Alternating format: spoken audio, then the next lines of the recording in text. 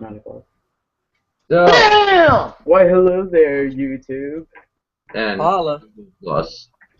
So, we are going to just get right into it. Who wants to give me a recap for a point of inspiration?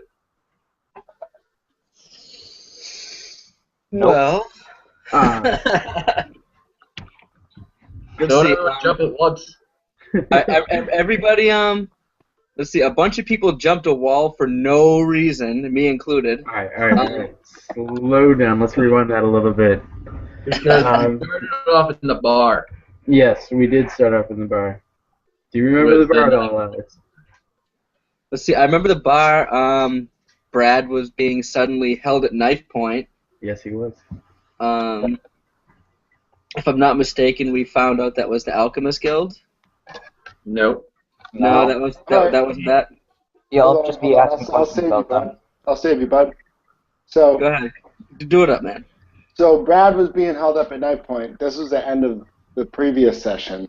And then it started with Brad being held at knife point after his performance because the guy heard him talking about our previous adventures and mentioned the Fancy Man of Cornwood. That's what it was. It turns out that this man and his friend had found Fancy Man of Cornwood. Also Dung, which we found out later.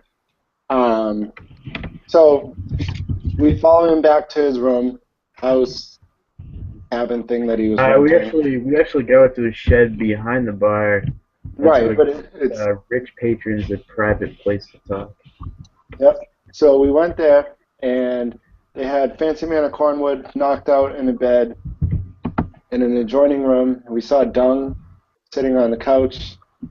Then Fancy Man woke up, and we all had a very tense conversation about why these two strangers had our friends, and why Dung was with these two strangers that had our friend. And then, so they explained that they found him in an alleyway and kind of took him back to protect him. And so we were on our way back to the alleyway when over a wall we noticed the top of Arnulf's head, and everybody went berserk and decided to jump over and bum rush the guy. But didn't want to kill him, so they just spent like an hour just punching the guy and choking him and trying to subdue him. An hour in playing time, which probably went out to like 30 seconds real life. Right. If you want to call it D&D World real life. Yeah, I mean, yeah, it probably took about a minute, but there was a lot of jumping over and back over and running in and out of bars, and I tried to stab him, but they didn't want me to, so I didn't stab him. And then we finally got him under control. He's gonna try to break his neck. we finally got him. You got him into the bar. With alcohol all over him. So he'd wake up with a splitting headache. Right, much to Wilhelm's dismay and against his protestations. So that he'd wake up with a throbbing headache and nobody would believe his story. They'd all think he was drunk. So then we finally made it to the alleyway, and Brog smashed the secret door that we deduced would lead us straight to the Alchemist Guild, and that's where it left off. Yep. So, give yourself a point of inspiration, whatever. And I believe I gave you guys a cap of 3 points of inspiration. All right. Just in case if I've given people lots of inspiration. I think I got one in. Would you say 3? Yeah, you guys get a cap of 3 points of inspiration. So crack. The box shatters, and the secret door lies underneath. Night has fallen on Luxtos, and you guys have been going straight since you fought that ghast. From this point forward, I will call you guys exhausted. I will use a 5 edition roll for this, which You are level 1 exhausted. So that's Huh? that's like disadvantage to attack and saving throws. Disadvantage to ability checks. Oh, okay. But it gets worse. It does get worse. All right, so I suggest. How far away from the bar is it? How far away from the bar is it? It's probably like 3 or 4 blocks away from the bar that you guys put Arnold in. All right, are there any intact boxes left? There's probably... I thought you guys went through the rest of them looking for the key to open the door. Yeah, but I don't know whether or not we smashed all of them. I don't really remember that. I'd say that there's like 1 or 2, probably like 2-foot boxes. On Like the smaller than the one that was there? But the boxes are probably about like 2 feet across. Wooden crates, empty. Obviously, Alright, they well, were used. Huh? I want Actually, to you know like. what? Go ahead. If you want, you can roll a wisdom. Everyone can roll wisdom. Come on, D20. There you are. No. I failed. I don't know what it is. I failed. Did you add your wisdom modifier to that, Saxor?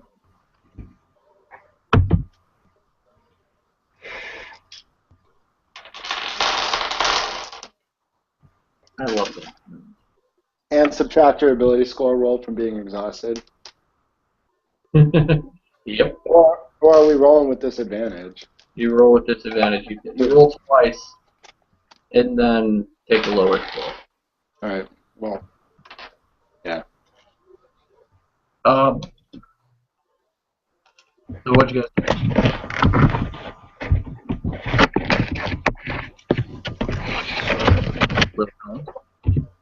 Yeah. do? Yeah.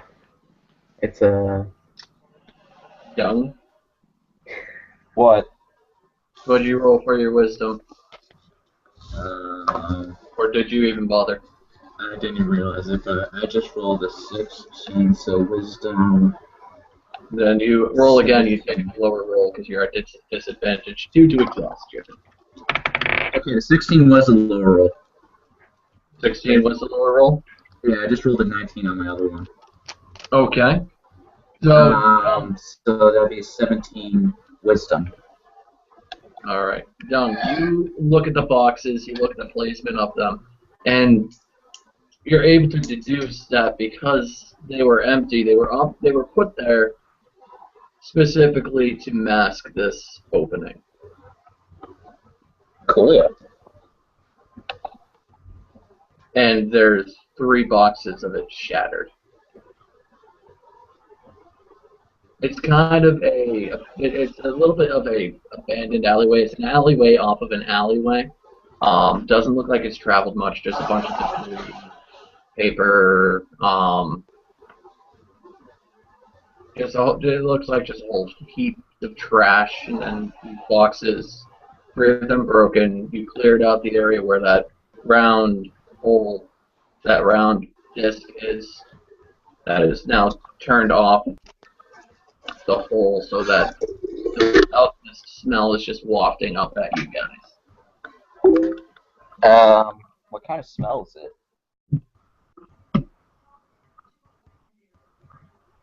Well, we figured out that it was like linked to the Alchemist Guild. Like we smelled like fumes and stuff coming through it.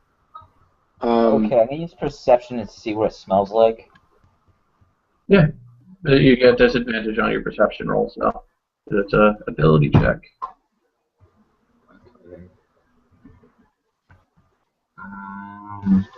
Perception. 12. 12. Yeah. You're able to smell like the familiar chemicals that you think that it's like an alchemy kind of smell.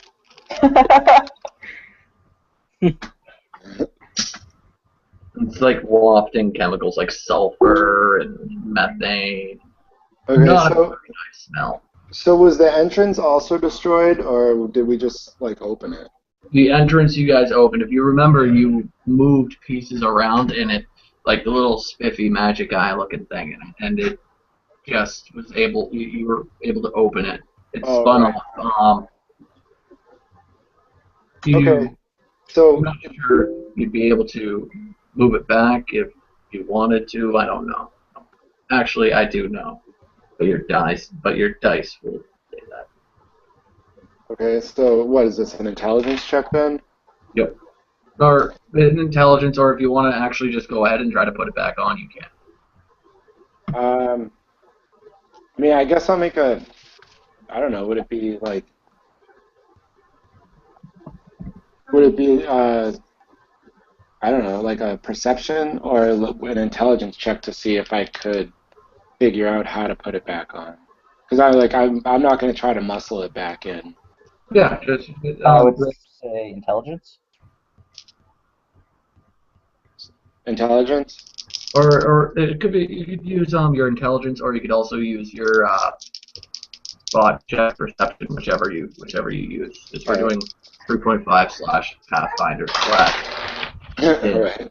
Okay, well, I rolled a 4 and a 6, so I'm not figuring anything out. Okay. It looks like just looks like you're like a iron round disc with pretty stuff on it. All right. So I'm going to suggest we just push the 2 boxes in front of the hole, like blocking the alley, like blocking the view from the street, and go get some sleep. I definitely start whistling nonchalantly. I'm like, that's what I do. All right. While you guys are looking at the sort of this entrance into the Alchemist Guild, Wilhelm is sat down against the wall of the building, and he's kind of got his arms resting on his kneecaps, and you can see his head is kind of nodding as this weirdness begins to take over him. He was in a fist fight with a half-orc. Yeah, so he's pretty pooped. All right. X, just to let you know, you guys are exhausted, so you have disadvantage to all ability checks. So you roll two d20s, take the lower of the score. I'm agnostic. Exhausted. I'm agnostic. That's news to me. Yeah. What is it? It's like, there might be God. I'm not sure. Don't let Lolth find out you said that. But I feel like there's something there. Yo, he's already after me. But yeah, so they were looking at the cover, looking maybe possibly at back. The cover to the hole where the alchemy smell comes from.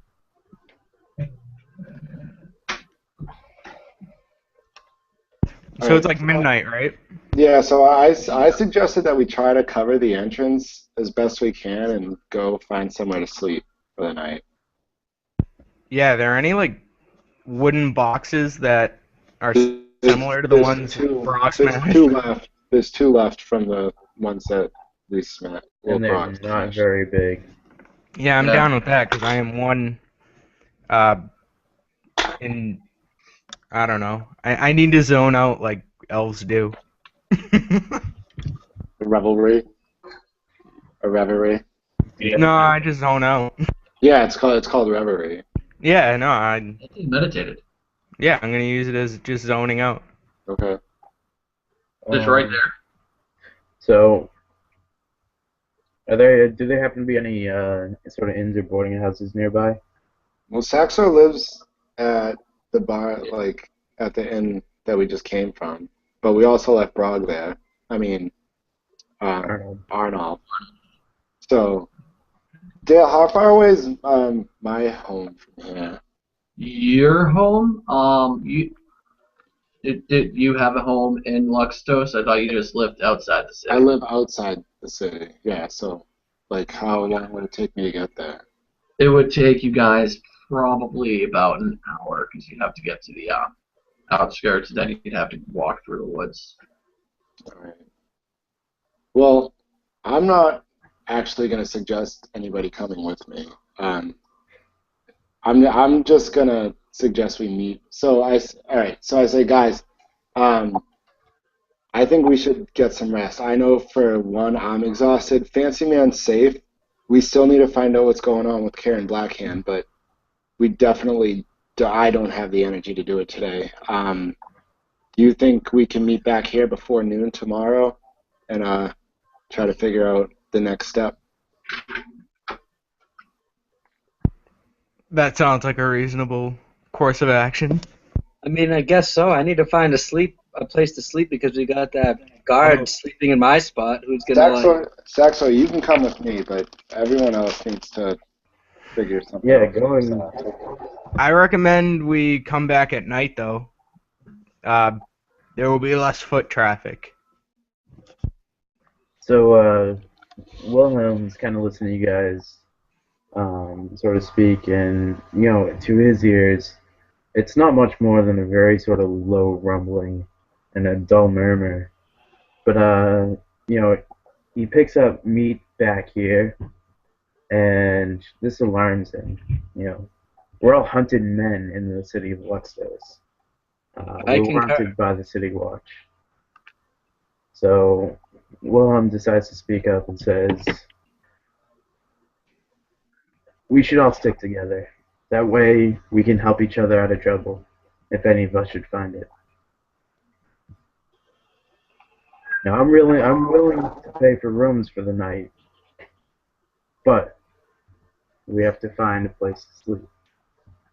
Wait, Wilhelm, how much gold do you have? Let's see. I don't know, it was like 12? So I believe 12 gold would be enough to fund rooms for 5 people.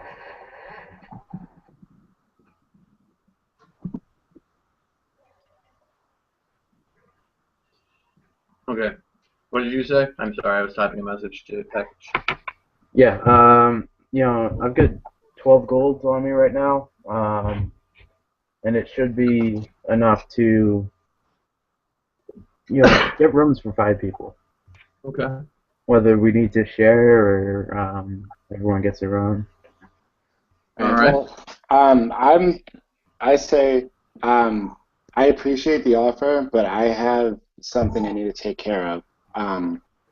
So, I mean, it'll save you some coin, but I'm gonna go home, and we can meet back here, or we can figure out somewhere else to rendezvous tomorrow. I'm not too worried about getting caught. I think I can make it. I've lived in the city for a while.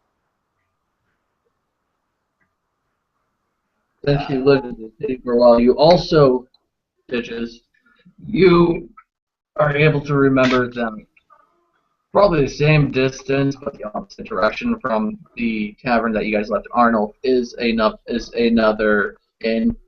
It's a little bit more of the pricey side because it's closer to the docks, but there is an inn for you if you. All right. Do I know what the inn's called? The Barnacle Anchor. The what? Barnacle Anchor. All right, so I'll say to Wilhelm, well, you guys might want to stay at the Barnacle Anchor. It's just down towards the docks. It's a little bit more expensive, but I think with you saving the coin for me and Saxo, like I said, you're welcome to come with me. But it'll save you some coin, and you won't be waking up in the same establishment as Arnold. You may want to head that way. Wilhelm starts shaking his head, and he's going through this little notebook that he has, and in this notebook he's got his contracts, jobs that he's had, notes that he's taken of his adventures so far. And, a folded piece of paper falls out, and it's the contract that you, Nick, Stitches, specifically had signed, and stating him as your bodyguard. And it was not a forged contract either. It was. No, it's not. It's a real contract, but there's other names on that contract, and I'm requesting that you don't follow me. So, if I find I'm going home. I'm leaving now. I'm exhausted. You guys should find somewhere to stay for the night, and we can meet up wherever you want. But I'm leaving now.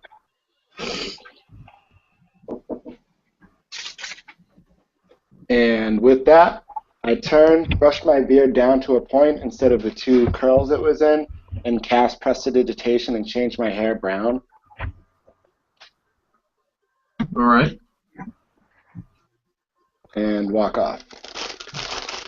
All right. So which direction are you heading? Are you heading towards home? Yes. Okay.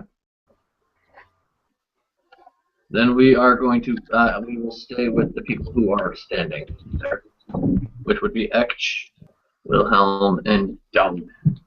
And Sax, are you going with Stitches as well? Yes, sir. All right. So you two go that way, and Wilhelm and the other guys are kind of standing there. I'm gonna head to the Barnacle Anchor, or that inn there. Barnacle Anchor, was that it? Yep. All right, word. Yeah, I'm going that way. Yeah. Starts heading over in the direction that Stitches describes, and he's kind of folding up his little notebook and putting it away. And as he says, as he's folding it up and tucking it into his pocket, he goes, "Well, let's go have a drink to remember your friends who so bravely went the other direction." Who so bravely fell asleep? Brad. Yep, they all fell asleep, actually. Brad and he was more referencing Stitches and Saxer, but those guys too. Off missing the city here. Okay, and also to explain what they're doing, being DM, I now can be the puppet master for them. Brog has decided to go back to his home. He doesn't want to be seen with you guys too much due to the fact that he is part of the Feeble Hammer Brigade. And then Fancyman and Brad are going to follow you guys. They're kind of like half dead with exhaustion. Brad actually had to nudge awake because he had already fallen asleep. Typical Brad. I love it. Yeah. Okay, so we are going to revert back to Stitches and Saxor.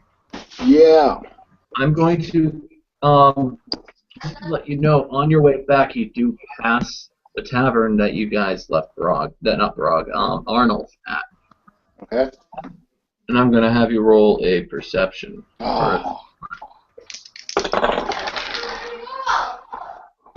Yeah, roll. Fuck. Really? Yeah, roll this one. Alright, I got 5. I got... With disadvantage, I got 5. Yeah, with disadvantage, I got 14. 14? Yeah. All right, Stitches. You're probably about 30 feet away from this clinking mess of armor that is Arnold, like, dragging his ass out of the tavern and making his way what you would assume to be home. You also see Brog walk up to him, put his hand, kind of do like the shoulder support thing, start walking him back towards his home. Good. All right. So yeah, I grabbed Saxor by the wrist real quick, and I'm like, hold up. And I just tell him to put his hood up and we'll kind of circumvent the direction they're going, just in case Arnulf decides to look around. Just go around a couple buildings and then cut back. Arnulf, you actually see it looked like he was gonna start looking around, but then he trips over a piece of rubble on the ground and falls flat on his face. I chuckled just a bit. Yeah, I would probably guffaw. All right. So you guys make it past the tavern, and now we go back to Wilhelm, Ekch, and Dung. I'm gonna have you guys each roll a spot/perception.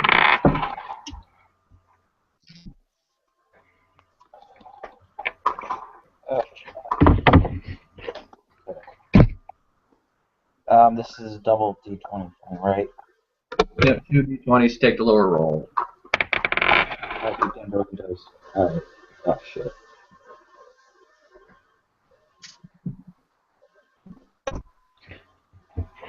What'd you guys get? 10. Wow. Dennis, even with disadvantage, you got 22? Yeah, it's only -1, right? No, you roll 2 die. Roll 2 dice. Oh, sorry. And take lower? Yeah, you roll 2 dice and take the lower. My bad. And he rolled a 1. Oh, not too bad. Heck, you, out of the corner of your eye, see out of an alleyway a piece of paper fall and a hand, like that is kind of hanging on the trash barrel, quickly move. It just moves?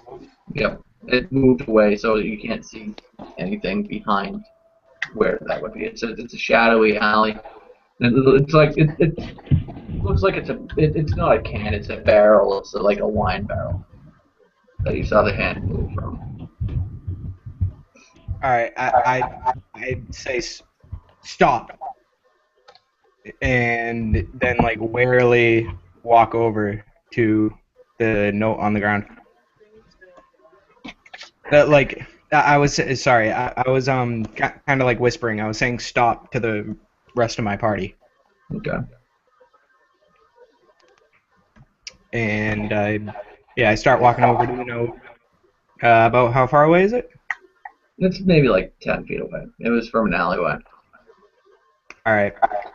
So I pick up the. Well, I'm gonna try and pick up the note. Okay. It doesn't look like it's a note. It looks like it was the newspaper for that day. And it's got a huge circle around this one part that has a drawing of, from what you can guess would be Fancy Man and Wilhelm and Dung and Stitches and the rest of the party. And it says, myself included? Yep. Okay. And it says wanted, armed, and dangerous. Reward, Lovely. 100 gold apiece. Dead or alive.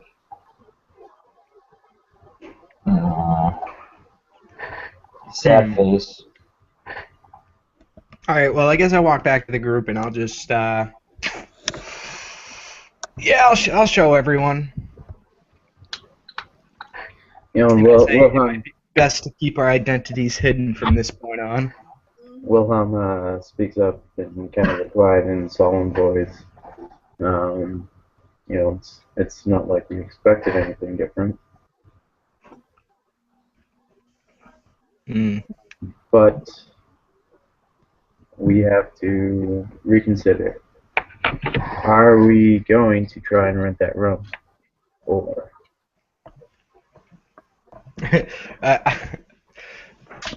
I'm going to rent a room, and I immediately cast Disguise Self on... Oh, wait, hold on. It's only like a minute, I think, isn't it? Disguise Self? Yeah. That should Hold on, I got the DM's guide. I got the players. All right. While you're looking that up, I'm going to go back to Saxor and Stitches. Saxor and Stitches. I'm going to have you guys roll another perception spot thing. Something looky.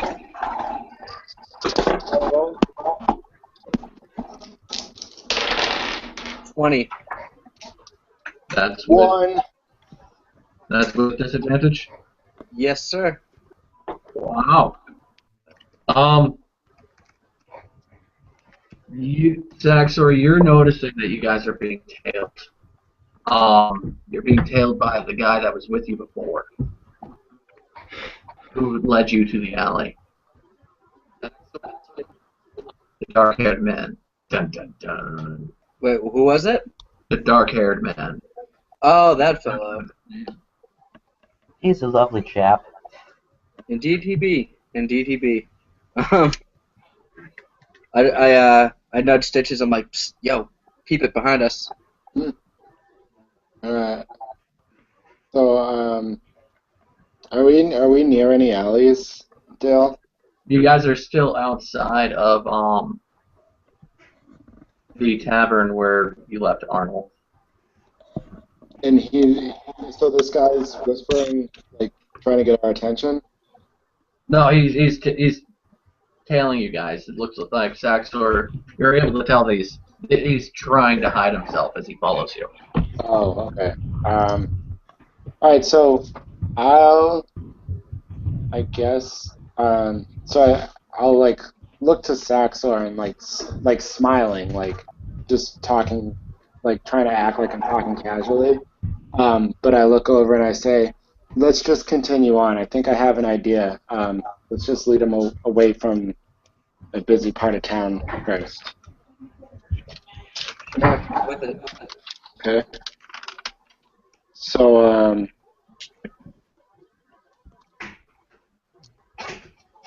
alright, so I guess we'll continue on a little bit, until I can find like a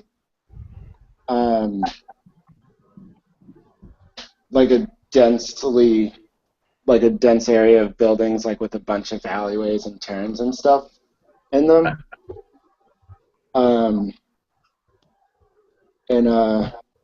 So then I'm gonna cut through them at like a casual pace, until I can find like a house, like a corner to turn down, and then one with a few, and there's a few directions to go from there. And as soon as we turn a corner, I'm gonna say to Saxor, run, and then we'll book it, duck behind like two corners, and then I'm gonna cast. I'm gonna wait. I'm gonna like look. Well, I guess I should do a hide check, but I'm gonna like peek my head around the corner, and wait for him to come into view behind us. Mm-hmm. And as soon as he does, I'm gonna cast Ghost Sound down another alleyway, and make it sound. And it's gonna be like the sound of two people like laughing really heartily about a joke. Okay. All right. So I'll make my hide check. I hate disadvantage. It's fucking terrible. Alright, so with disadvantage, though, I got a 16. Okay. Saxor? Well, he didn't need to poke his head around. He was actually completely concealed. Did you roll? Did Saxor roll a? I was gonna suggest I roll hide. Yeah. You got it. Oh god, this is gonna be bad. All right, so the lower roll is 1. 1 plus, so 4. No, you got a 1, dude. It don't matter. Okay, if it's then I roll a fucking 1. I say, I'm not here. That's for sure.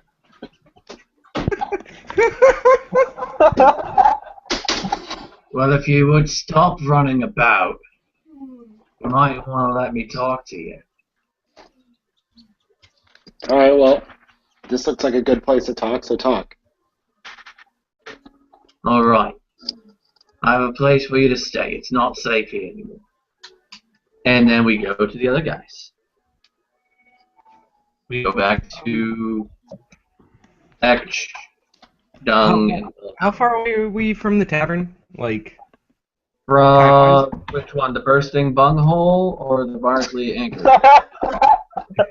the one where You guys Arnold do know what the isn't, bunghole is, so right? the anchor. Yeah. Okay.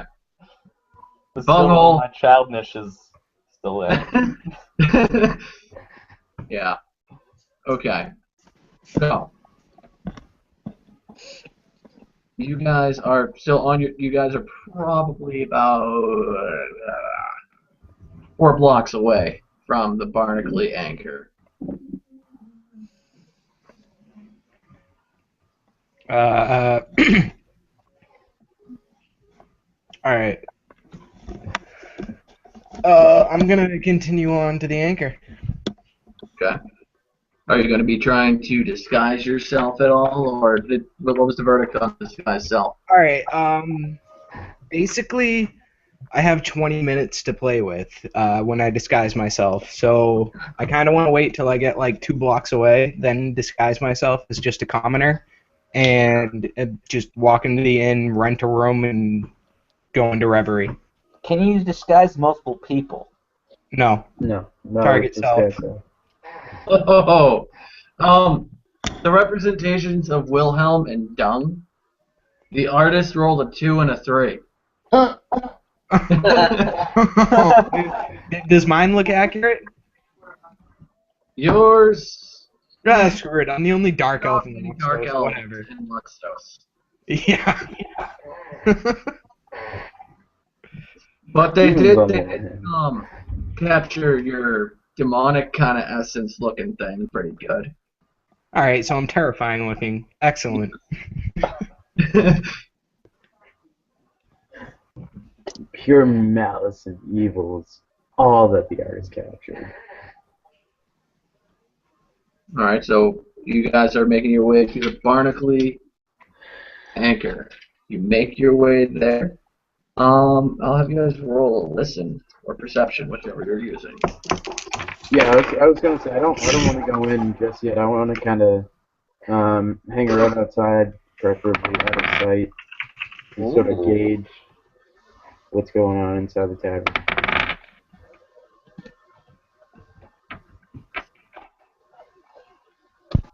Fucking neck.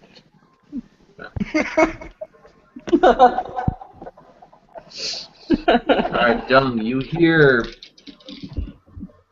like the clatter of chairs, the pushing over of tables. And Wilhelm, you also hear this. You hear a ruckus inside. And Dung, you would almost be able to hear almost like a reptilian kind of roar coming from just behind the door. Dennis, are you? I mean, actually, are you just walking in, or what are you doing? Well, like I said, like about 2 blocks away, I want to disguise myself, and then I'm trying to keep my distance from Wilhelm and Dung, but not so far away that we can't support each other if any like shit goes down. I just want to kind of pretend like I'm not with them. Okay. With my hands on my ears. I'm not listening. I'm not listening. Maybe it's that you're sort of whistling to yourself, and the only No. You have a screaming in your ears. Ekch. Is that familiar screaming? Can my raven just be screeching instead? Just like pissed off at me, like hungry. Yeah. Food! Food! Damn it, Bobby! But yeah. So are you? What is Wilhelm and Dung gonna do? Because they hear this. You said there was a sort of reptilian voice from just inside the door? It sounds like it's coming from inside. You guys weren't able to discern exactly like if it was right near the door, but it was definitely loud. It was but almost sounded feminine. Were we able to sort of make out what they were saying? You hear a lot of cursing. You hear it sounds like there's a fight going on inside. Ooh.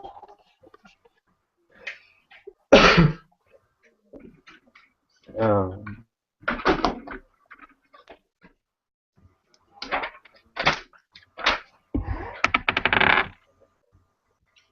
What are you rolling?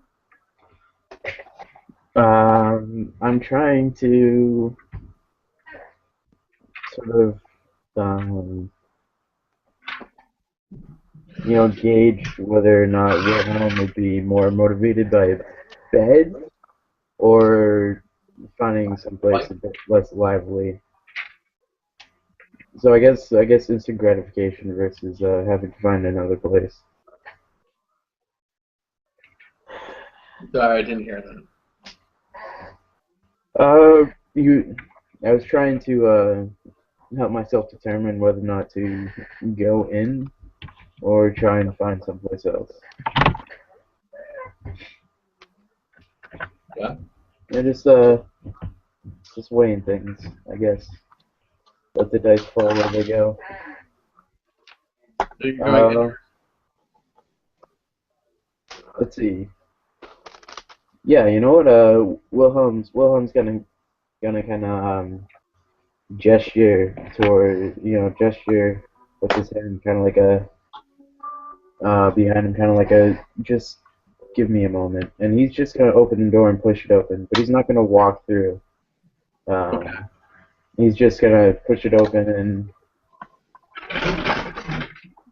As you open the door, all of you guys see this bright blue flash. The air starts crackling around you. And actually, you know this feeling. It's electricity going through the air. Everyone, roll a spot check.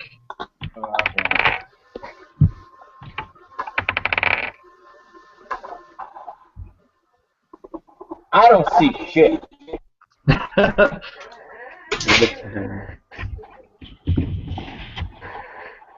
Okay. Dung, what did you get? A 1? Yeah, you were standing behind the door as Wilhelm opened. Wait, does the door open outward or inward? It opens outwards. It opens outwards. Sorry. But you just slid it open. Wilhelm and Ekch, you guys both see something that I'm not sure if you guys have seen before.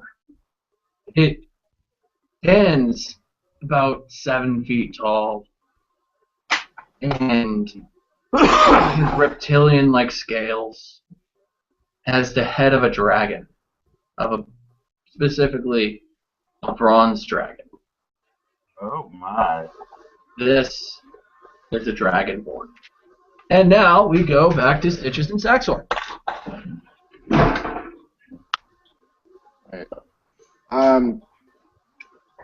Okay, so I say to the man, we spent a good amount of time talking already, and I never got a chance to ask you what your name was. So, what is it?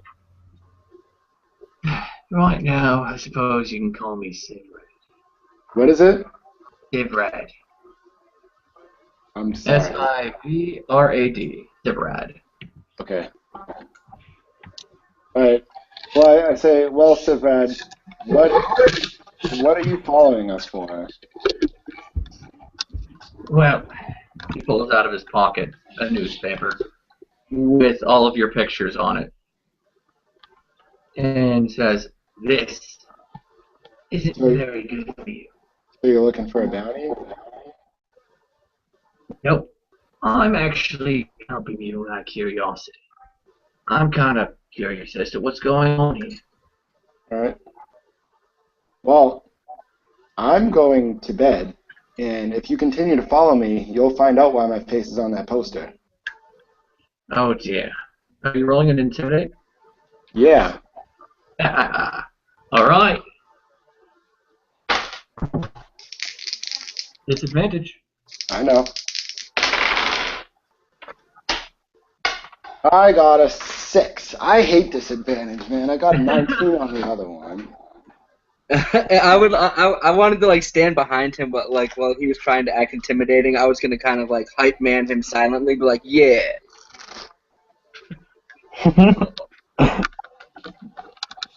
Oh, was that supposed to be scary? I mean, I guess it's kind of hard to be scary when you're 3.5 feet tall.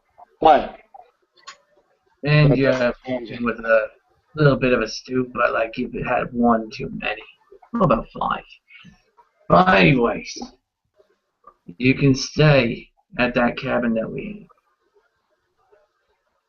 Well, I appreciate the offer, but I'm going to keep going this way, and whether or not you're scared of me, my threat is just as real. So I suggest you head back. And Yeah. I'm going to turn around and walk home. And I say, If you get caught by the guards, I'm not gonna come and help you guys. All right, well, I won't hold it against you if I do. All right. He turns around and starts walking away. And you notice as he walks away, the sound of his feet don't make a sound. He's walking on hard cobblestone, and he's got like really hard certain shoes too. Well, I say to Stitches, there's something really wrong with this. yeah, that's quite unsettling. That picture did not have my nose correct at all. Actually, I haven't rolled. Saxor, no, they didn't get your nose right. They really didn't get much else right either. Stitches. Nope. They have really crappy artists, apparently. Well, that's good, especially since right now I have brown hair and a straight beard. Yeah, it was 4 and a 5. Yeah. Wow. So, what are you guys going to do? Continue walking to the gate out of the city? Mm-hmm. All right. You guys are walking along. Are you guys taking main roads, side streets? I would say it's a long enough walk anyway, but I'm not going to go like the most direct path, but I'm not going to like go completely out of my way either. I'm going to try to walk where like there will be a fair amount of people around, but not like on main thoroughfares or anything. At least until the gate, where obviously we'll have to move out to a more compromising area. All right. And as you guys get to just about the gate, you're feeling even more tired than you've ever felt before in your life. Just you guys have been through a lot. Yeah. Exhaustion level 2. Your speed is now halved. Oh, good.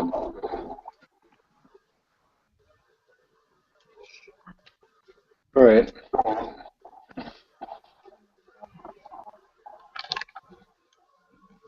So, and also the gate is closed and there are the normal guards there. Standing.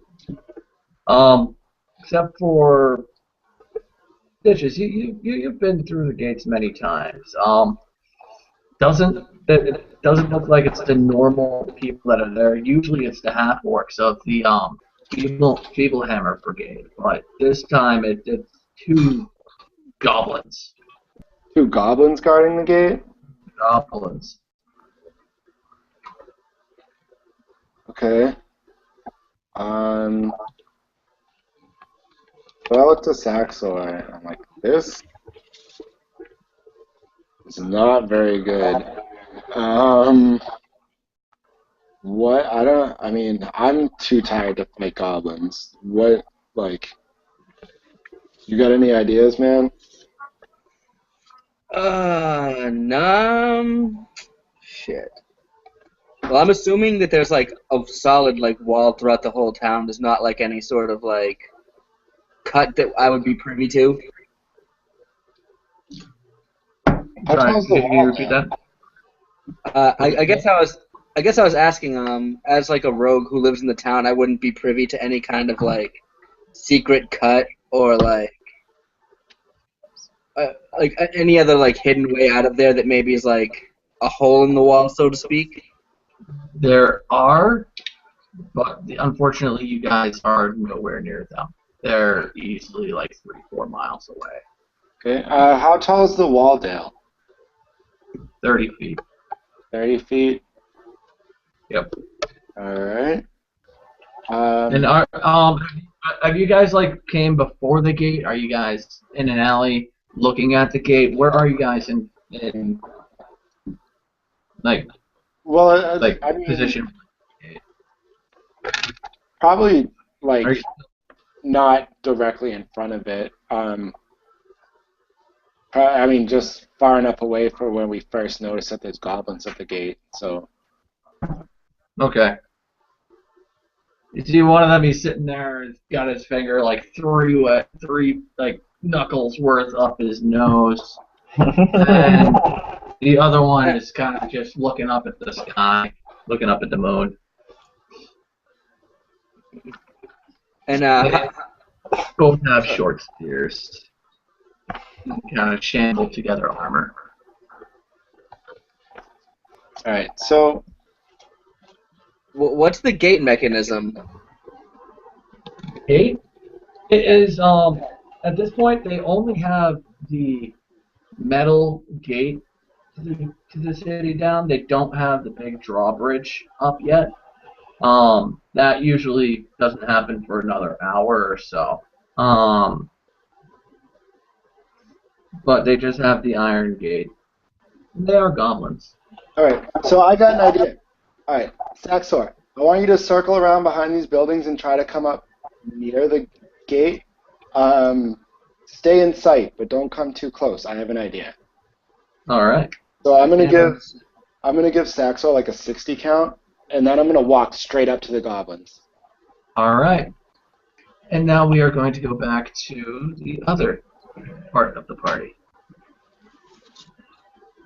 So Wilhelm and actually you guys just saw this hulking reptilian dragonborn woman just unleash her breath weapon into the room. And you see about 10 people with their swords out just drop onto the ground. They aren't moving.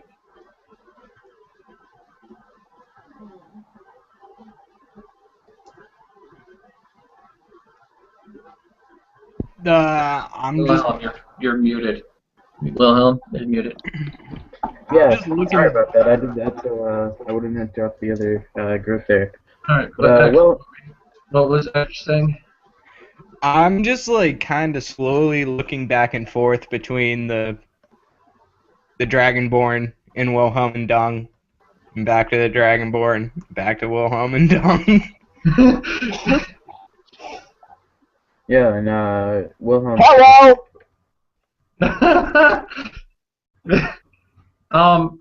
Dung, you saw the bright flash, but you didn't see the lightning, or you haven't turned the door yet to see the Dragonborn yet. Oh no. No. And then Wilhelm you just walks away. No. Peace. I quit. No, yeah, Wilhelm's kind of just standing there in the doorway. You know, he's got the, his hair is kind of, with the energy that's sort of just charged the air and dropped these 10 people, and he goes, he looks at the Dragonborn and says to her, well, that's one way to end a bar fight. And he's just standing in the door. Yeah, It looks up, doesn't seem to be surprised at all by people walking in. It doesn't say a word. and it picks up its bags and starts making its way towards the door. Roughly how close is it to the door? About, let's say, 25 feet from the door on the back wall of the. Okay. Alright. Now the Dragonborn is going towards the front door where door? you guys are, but it doesn't have any weapons out, not even breathing heavily, and it's just making its way towards the door. It's got its sack kind of slung over its shoulder, and it's walking casually towards you. Alright. Yeah,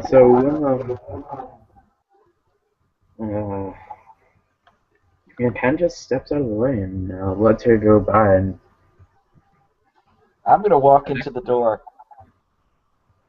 Or try to walk through the door. so I guess we're swapping places here. Okay. I'm just trying to get out of the way. Oh no, I was kind of like pushing you forward or something. Like pushing you through the door. No. Yes. As the Dragonborn continues walking, it stomps. Its blue eyes glaring at you. Glaring at who? At Wilhelm and Will you Dung. move? It's talking to Dung. Will I move? Hello, I'm Dung. Who are you?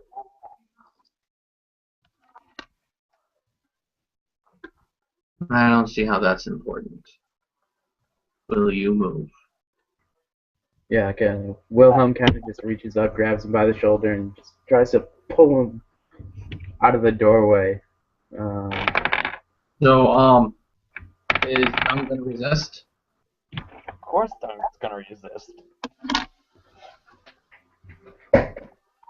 Well, let's see. Dung has to be the 16 strength check Already beaten. on disadvantage. Yeah, I got a 18. So, as you guys are pulling at each other, the Dragonborn just walks right through you guys, knocking you both over. I rolled a nat 20, I'm walking through. He continues walking out the door, walking into the streets.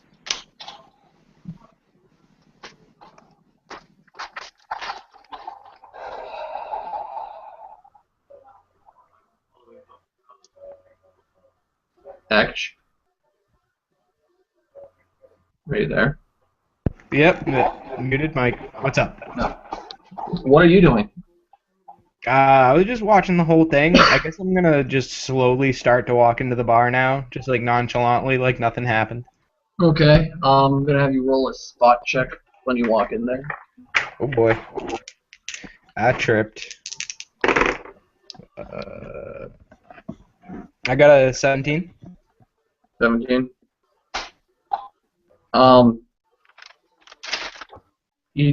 Everyone that's in there, you don't know if they're alive. But you do hear a slight whimpering from behind the counter. Who goes there? Well, we're closed. But I am in need of a room. No, we're closed. We're closed. Get out now. It's gone. Whatever it is, it left. The thing.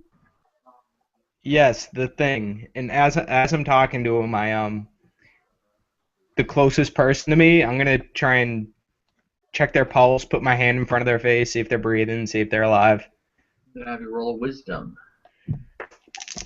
or if you have heal. I don't have heal. Do not have heal. You're going to still be at disadvantage, but you're going to use your wisdom. All right.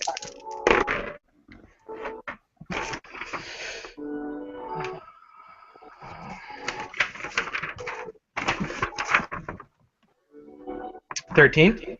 13. You don't feel a pulse. All right. I start searching for a coin purse. My man. Like as I'm still talking to the bartender, I'm looting everybody for their gold. Okay. After about the set, like, as you're standing up from the second person, which you got 20 gold, by the way. The bartender stands up. He's this wiry, like, you can tell that he's a halfling, and he's obviously standing on a box. He's a wiry old guy. He's got like really wiry, bushy hair going everywhere. So you're not gonna leave? I would like to stay the night if that's possible, and I'm continuing to loot if you'll allow me. No. Loot? No. What are you thinking? No, all these people are. I don't know. Are they alive? No, it seems like they're all dead. We have to call the brigade. We have to call the guard. We need them. Agreed. You should go bring them. I'll hold down the fort.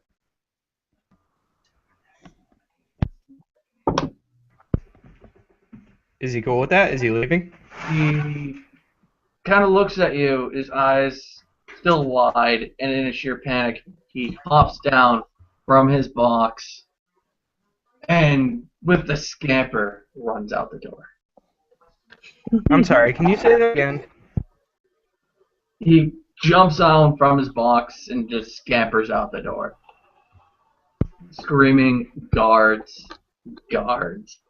Guards!" Alright, how many dudes are left unlooted? 8. 8? Yep. Better get going.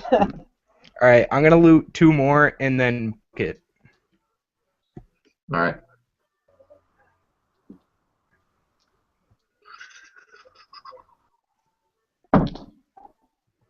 You get 9 pieces of platinum total.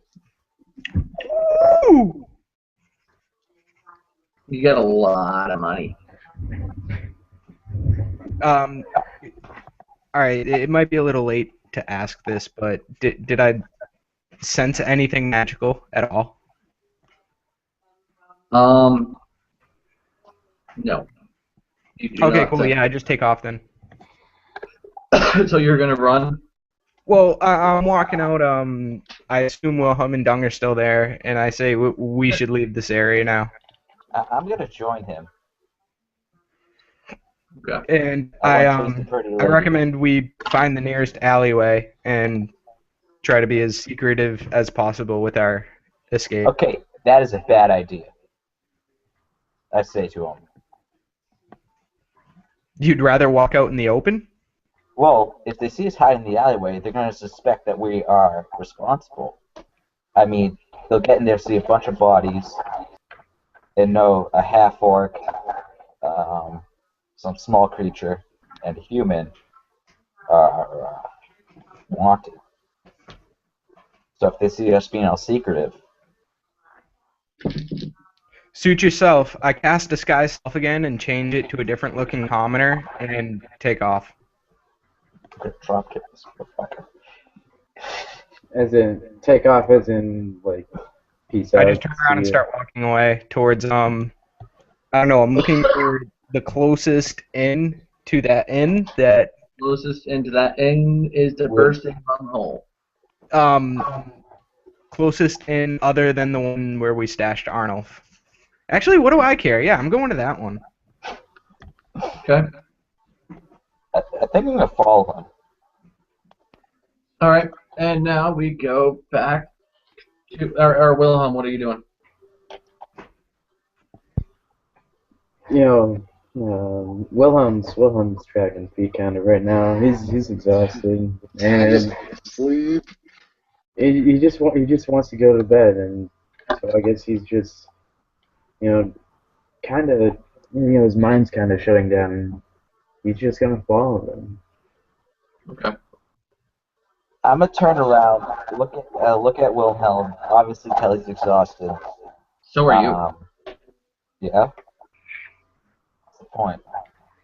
I'm gonna say, you look like death just warmed over. I'm gonna pick him up and throw him on my back. You're gonna need to roll a strength check. He's a big boy. Not to combat, yes. This could go so wrong so quickly. 18. 18 with disadvantage. You pick Wilhelm up and start walking with him. Coolio. All right, now we go back to Stitches and Saxor. Alright. So, I walk directly up to the goblins, and in Goblin, I say, "Hello, friends. You got rid of those idiot orcs, huh?" We? No, we didn't. No, we didn't. They did. He points to the sign which has all of your pictures on it. Oh, well, good. So you guys are just holding down the fort, or? We guard. We're guarding. Guard. Yep. Isn't that right? He kind of elbows the one next to him, just snaps to attention, and it just stands there like he's. I say, well, what exactly are you guarding? Metal thing. Metal thing? May, Yep. may I go through metal thing? Is it gonna hurt the metal thing? What's that? Is it gonna hurt it? No, I don't want to hurt the metal thing. I just want to go through the metal thing. How do you go through it? Well, you don't go through it. I'm sorry, I misspoke. I want to go under metal thing. Under? Yes. You're not that small. Can Nope. you be that small? But metal thing can go high. Big. Metal thing go high, then I go under, then metal thing come down. Metal thing go high. Oh, you mean this? Yes. He grabs the lever and pulls it down, and the gate starts to rise up. Yes, thank you. Now, I and my friend... He puts the lever back up. Oh. You... He wants to do something. Zig, what was he supposed to do? Oh, yeah.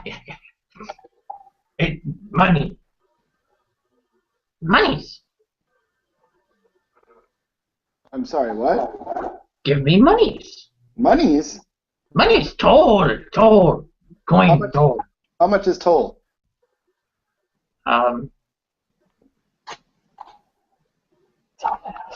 2. 2? 2. Okay, I have something better than money. Oh. Just for you. What is it? Yes, better than money. And I take my top hat off that I took off of the scarecrow, and I hold it and I say, "No, this is a special." He tries to actually grab the top hat. And I pull it away, and I say, "Wait." Roll reflex. Okay. Disadvantage.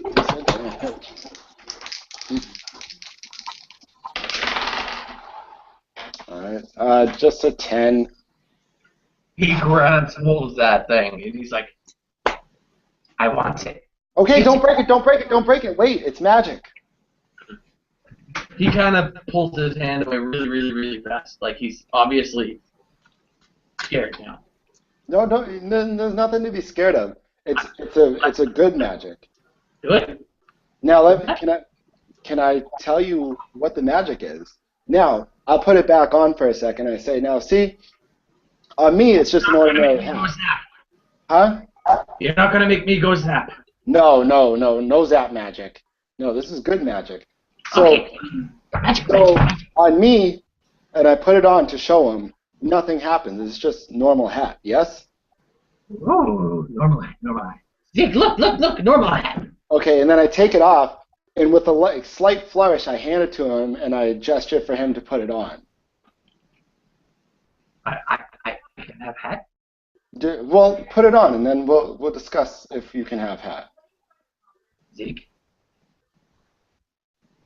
And he walks over to Zig with the hat and puts it on him.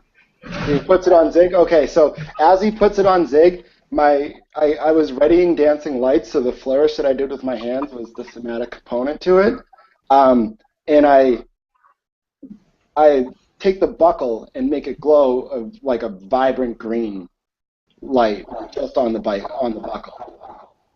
And I say, "This is a magic goblin hat." Goblin hat, our hat now. Yes, Goblin hat. Yes, and it's for you. And now, I'm sorry, I know his name's Zig. What is your name? Zag. Zag, Zag, you put the hat on now. Okay, Zig, give me a hat. Then Zig kind of skirts away a little bit. Zig, please give him the hat. You can share it. Starts looking at you, kind of gets like this scowl on his face, and just starts. He books it. He totally runs away from Zag. Zag, get the hat. It's for you. I didn't want to give it to Zig. Go get the hat. And then he starts chasing after him. And then I yell to Zag, so come on, time to go. I'm with it.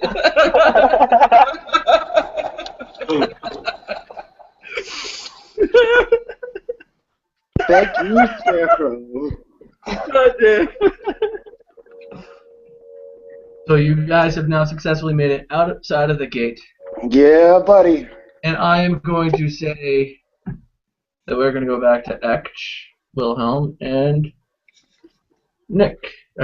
Dung, while I take a glass of water because my throat is about to rip out of my mouth. Pew, pew, pew. Ow. Okay.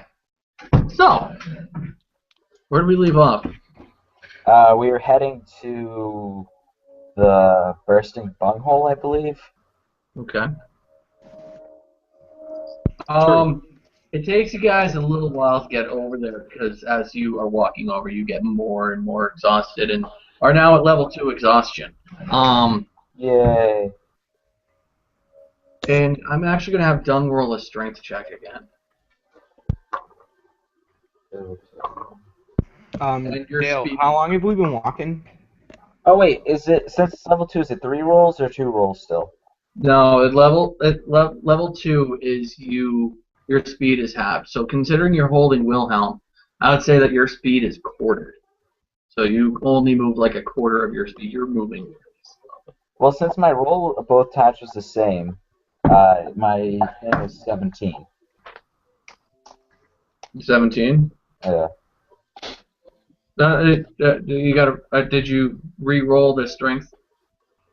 Yeah. Wait. So the disadvantage. Okay, your disadvantage lower roll was 17. Yeah. Okay. Well, the both rolls were 17. But... All right. As you guys are walking over there, 2 human guards walk by you, and one of them holds up his hand to you. Bolt. Yes. What's the matter with him? He's had a bit too much to drink, so we're heading home, or to the inn, not home. Which inn are you heading to? The bursting bunghole. The bursting bunghole. Oh, yes. We just found that lowlife guard, the leader of the Feeblehammers, over there, drunk. And him and his first cadet, we had to bring them back to their homes, which are actually adjunct to each other. It was rather easy. Would you like assistance? That'd be lovely. If you could. Okay.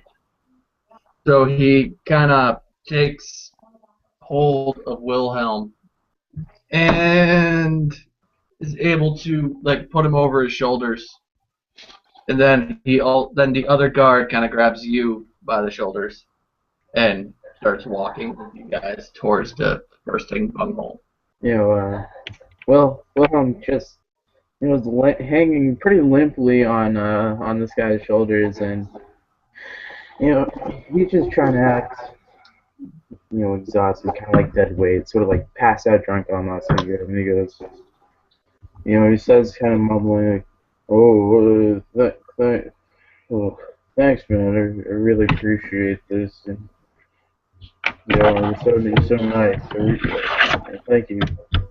Thank you for helping a stranger out."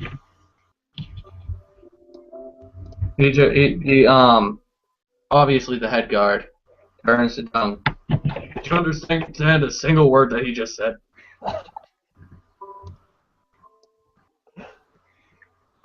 I take that as a no.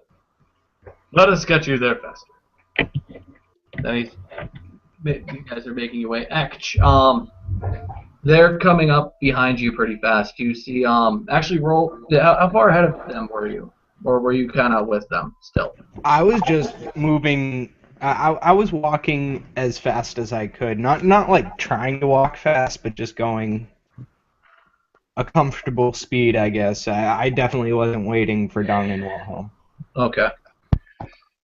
Oh. So just as you make your way to the bursting bunghole, you see it like right around the corner. Roll a listen and a spot, or you can just lump it into one. Take the better use perception. But you still have disadvantage, so just roll and Roll the 20. And disadvantage? Do I take Roll the? Okay, I guess I'll use the 8 then. Okay. I got Yeah. Well, I got a 20. Like, I got 15. All right. So you see sitting in one of the seats, like just outside underneath the overhang, you see the guy with black hair that had led you guys to the alleyway before. How far away is he? You're probably about 30 feet away. And the guards with Dung and Wilhelm are probably about 30 feet behind you. You can hear the clattering of armor behind you. Knowing X, she probably looked over his shoulder and saw them being carried by guards with extremely shiny armor. Alright, as soon as I see them, I start to quicken my pace towards the inn. Okay. Oh, They don't seem to quicken at all. How much time has passed? Not much, but yeah, not much time. Maybe at most like an hour and a half. Since we started walking to the inn? No.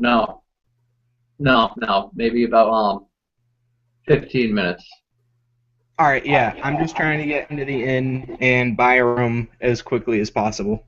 Okay.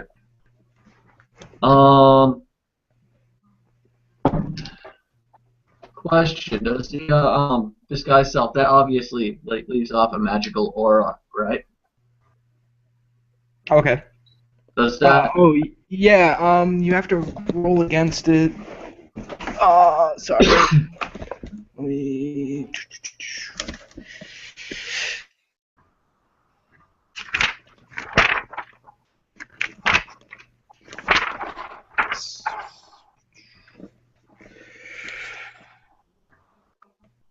A creature that interacts with the glamour gets a will save to recognize it as an illusion. So, if he touches me and realizes that like that sensation didn't match what he was seeing. Okay. Yeah. So so you're going right in. You walk right by the guy. He doesn't. The guy with dark hair. He doesn't even seem phased. He actually seems to be nodding off himself. Just sitting outside. Has got one leg crossed over the other, but his hands are both on the butterfly swords at his waist.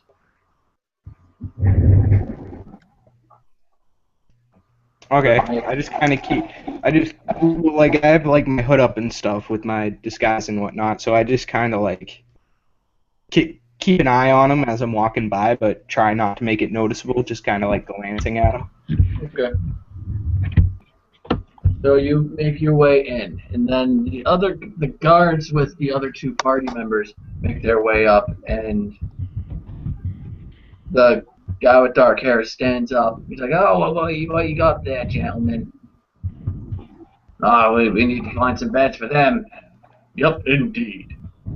Can you help us, good sir? Yeah, I suppose.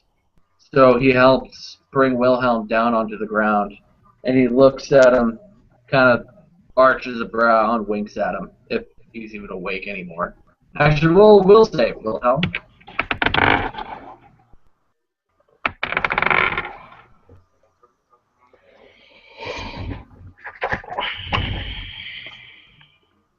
Four. Then Wilhelm is snoring. Matt? Alright, suppose we should get him up to a room right away. You there, half boy, give me a hand. These guys obviously got jobs to do. Absolutely. Thank you, guards. Much appreciated. Yep, it's our job as the Griffin Blades. And Dung, I'm gonna have you roll a knowledge local. Knowledge local? Yep. Knowledge local. It'd be a 10. It's a 10. Yep. It's not. I would see. You know the Griffin Blades are the highest guard order of Luxtos. They are directly under the high captain himself, which I haven't thought of a name of, and he's gonna be something that I'm gonna have to think of. I'll get back to you on that. But yeah, the Griffin Blades, they are the biggest deal as far as the guards go. Like, they only call them, to see them in this area of town is extremely unusual. Okay. Actually, you would not have known that because you are not from around here. Deal. I saw armor and decided I didn't want anything to do with them anyway. Okay. So I take it you guys are looking for a room right away. Yep. Absolutely. So next, you make your way up to the barkeep. He's standing there. How much for a room, kind sir? What did you say? I'm looking to rent a room for the night. Do you have any vacancies? Yeah, we do. Yeah, I'm afraid we only got the best room in the house left, though. How much will that run me? The platinum a night. Platinum a night. We give you a continental breakfast in the morning, and you get a fireplace. And you kind of looks over your shoulder. Are these folks with you too? Because it does seat about 3 or 4. I suppose, as this is the only room you have available tonight. Alright. Well, And I turn to the other two and I say, how about paying your fair share? you guys each roll sense motive. Oh, crap. At disadvantage. At disadvantage? Yep. Okay. Who's snoozing? Uh, I rolled 11. I got a 9. 9.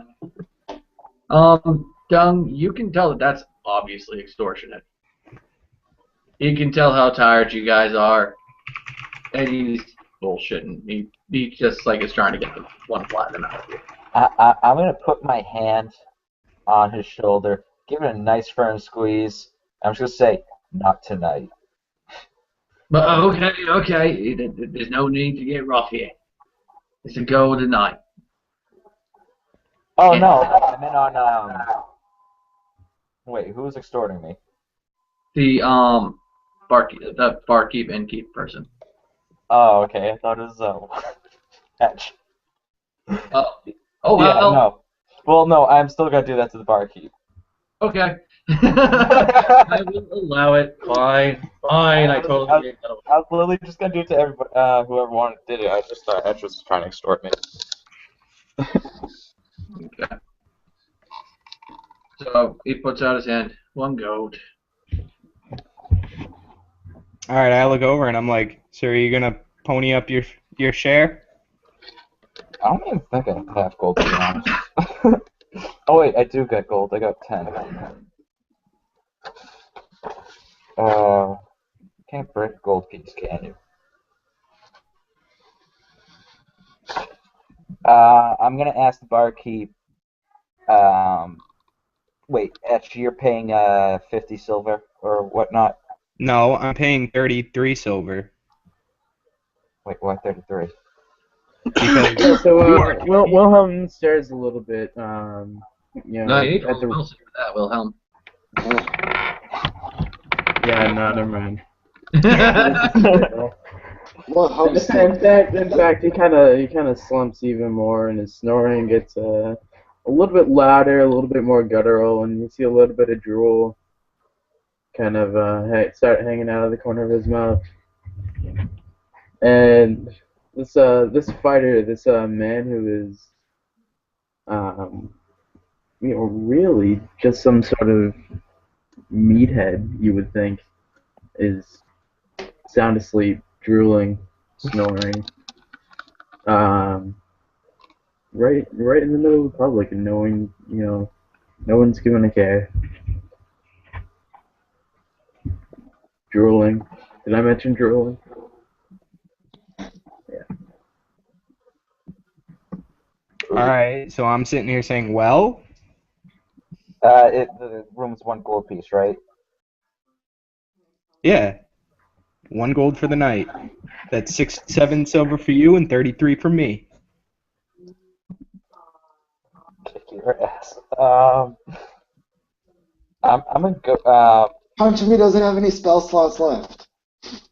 Yeah, I do. I'm just kidding. I still think I'd knock you out the single punch. No, actually, I'm exhausted. That won't work. I could rent the room myself and turn the two of you away right now. What should I do? I'm gonna give the guy 1 gold piece and just call it that. And I'm gonna tell Etch, hold on to your money. You owe me. With a look of shock, I look at Dung and I say, "Thank you. I actually appreciate this. I'll remember this." Alright. So you guys make your way up to the room. And you're at your room. It's actually a really, really, really nice room. It doesn't have like the burlap kind of sheets that you would expect in a tavern like this. It's got cotton sheets, as a matter of fact. Ooh, fancy. And there are 3 beds.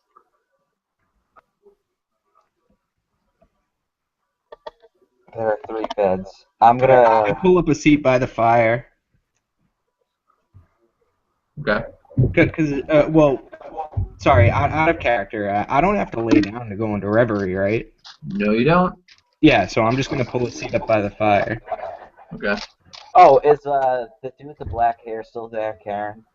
No, that wasn't Karen. That was that was Sibrat. Oh, okay. But you don't know Sibrat's name. See, I thought it was Karen because didn't Karen also have like butterfly swords? Well, No. Don might actually know his name. He was at the house when we got there. He probably would have been introduced. to them. Yep. You know him, but he didn't introduce himself as Sibrat. He introduced himself as Darvis. Darvis. Darvis. Okay. But so he's no longer with us. No, he was sitting out from the front. Oh, all right.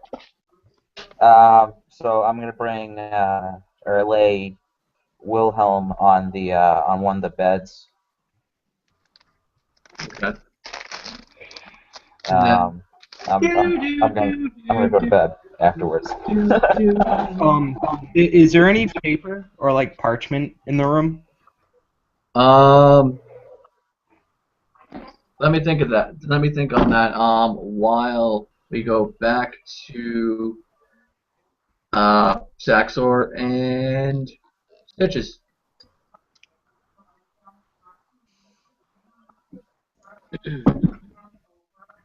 Usually stroll to Stitch's house then? Yep. So you guys are making your way down.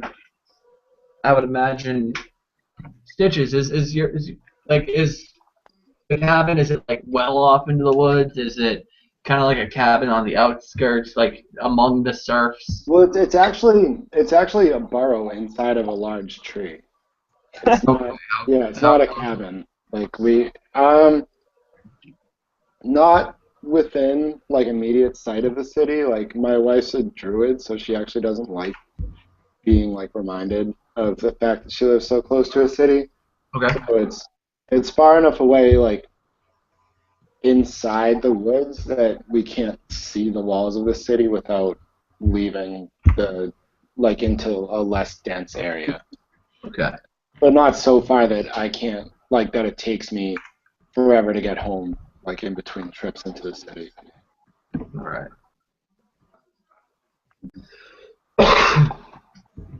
So I would imagine that, yeah, you would get there. Yeah, you guys would get there without any trouble. I mean, it took you a while because you're so tired, but you guys got there. And Stitches, Yes. your wife isn't there.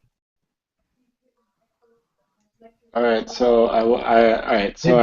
But also, it may not be unusual for her not to be there, considering she may go back to the druid establishment. Yeah, but like at 2 in the morning, is that because it's pretty late by now, right? I will leave that up to you. Okay, so I I just asked Saxor to wait outside a minute, and I walk in and go over to the bed, just to like let Oniv know that we're here, because it's so late and I don't want to like alarm her or anything. So I come in, I go over to the bed, and lean over to rouse her, and then I notice that she's not there. And I start yelling her name, Oniv, Oniv, are you home? And I like look around, check like the furniture, see if she's sitting anywhere. Don't notice anything. I start tearing the place apart, just freaking out. And Stitches would probably hear things messing. Saxo would hear things getting thrown about, and me yelling and freaking out in Gnomish, like just swearing and screaming in Gnomish. I would yell in, "Is everything okay with Mrs. Bornock?" And I after a minute, I crawl out from the entrance of the burrow, and I say, she's not here. I know she leaves sometimes for her meetings, but I don't know that she's ever been out this late for any reason. I don't. As a matter of fact, Stitches, you remember her talking to you about a meeting that druids from even other forests were being called to, specifically like that night. She said it was extremely important, very strange that they were calling other druids from other forests. Okay, and I remember this after I completely trashed the house. All right, great. So just in my like total exhaustion, I completely forgot about this. And I'm like grabbing my head, like pulling at my hair, and I'm thinking to myself like, and like trying to hold myself up after being so tired. Oh shit! I gotta clean all this up. Well, I mean, there's that, and like I'm trying to remember where she like if she would be doing anything. Oh yes, the meeting. Oh, all right, okay, Dum-dum.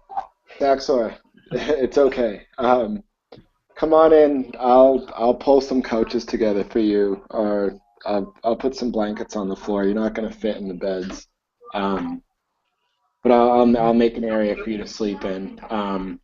Thank you, Bimble. What race was she? I forgot. She's a forest gnome, Forest gnome. Okay, and you were a rock gnome. you're a rock gnome. Okay. She loves you because you rock.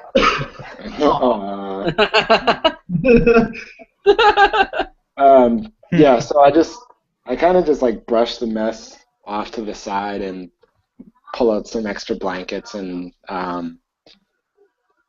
just like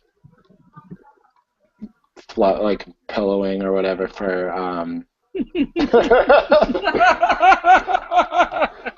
anyways, there's very dirty comments stated about my wife.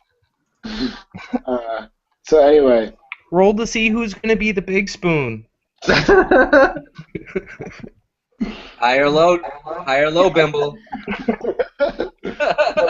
so I push everything out, put out some bedding for him, and I go to the bedroom and curl up for the night. A foot hanging off the bed, covered just like barely thrown over one shoulder, face down on the mattress, just completely exhausted, and go to sleep.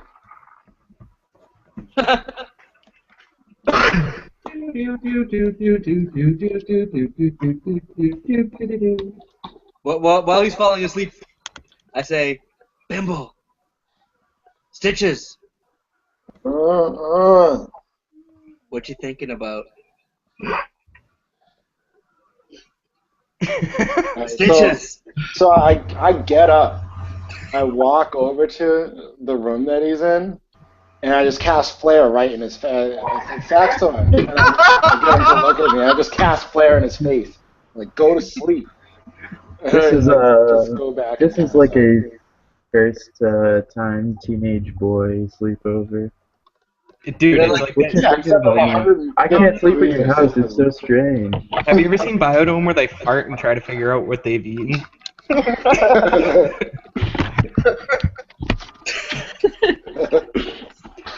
And then like 5 minutes later, I'm like, Stitches. I'm thinking of flares.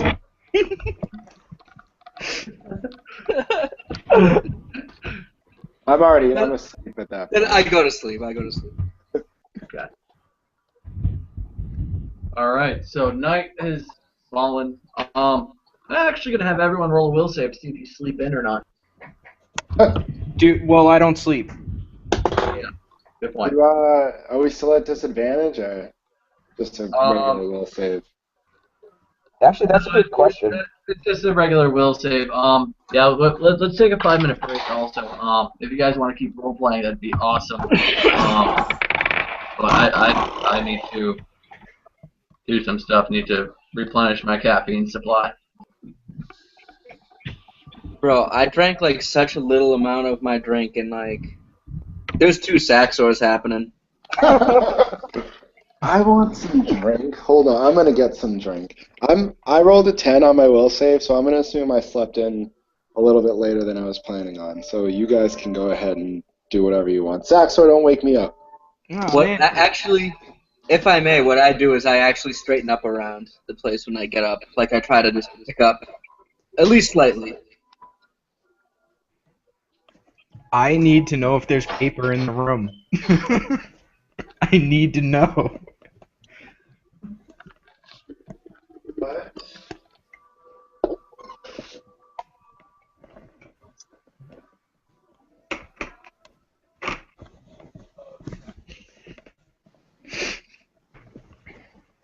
Plot twist: Nick's wife was the Dragonborn.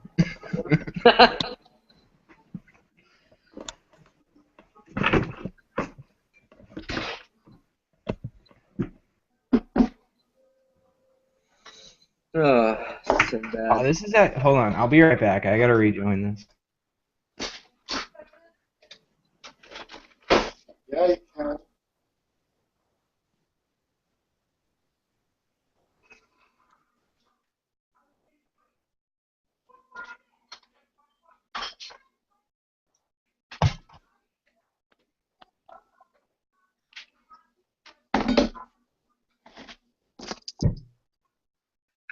I'm not doing half too bad for completely bullshitting this entire thing, right?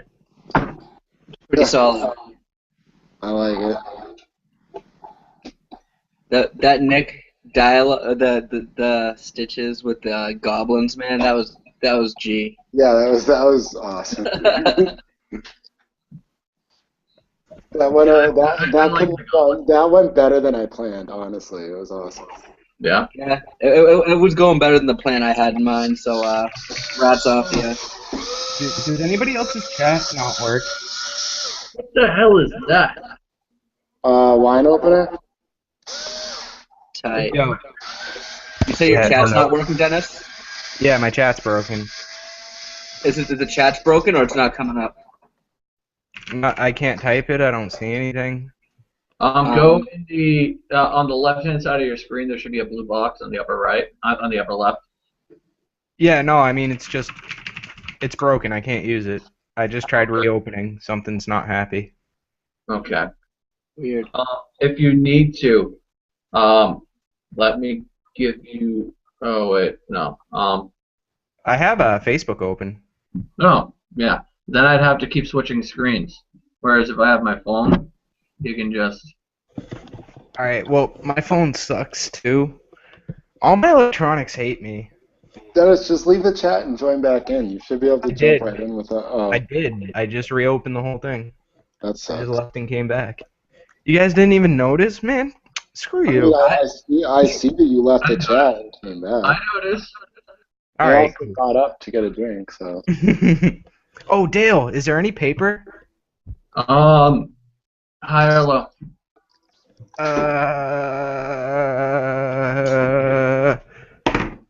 Purple. Yeah, I rolled to see what I was picking. What'd you get? Oh, well, I mean, I rolled a 19, but I was rolling odds or evens for high or low. So which is it, high or low? I picked low. Low. There's a few scraps, but it's not like anything that you can really write. Like, there's no like paper that you can write spells on or anything. Can't make a scroll. Got it. Damn it. All right. Well, I guess considering I'm gonna be the first one awake, is it cool if I start doing stuff? Yeah. All right. At like 5 in the morning, I go downstairs, and is anybody else awake? The innkeep is awake. He is. Time out. Sorry. Before that, I cast Disguise Self as the common that I walked in the bar last night as. Oh crap! Yep. Got a little ahead of myself there. Really focused on breakfast. And as you head down, there's actually there's some ham and poached eggs laying out on the counter.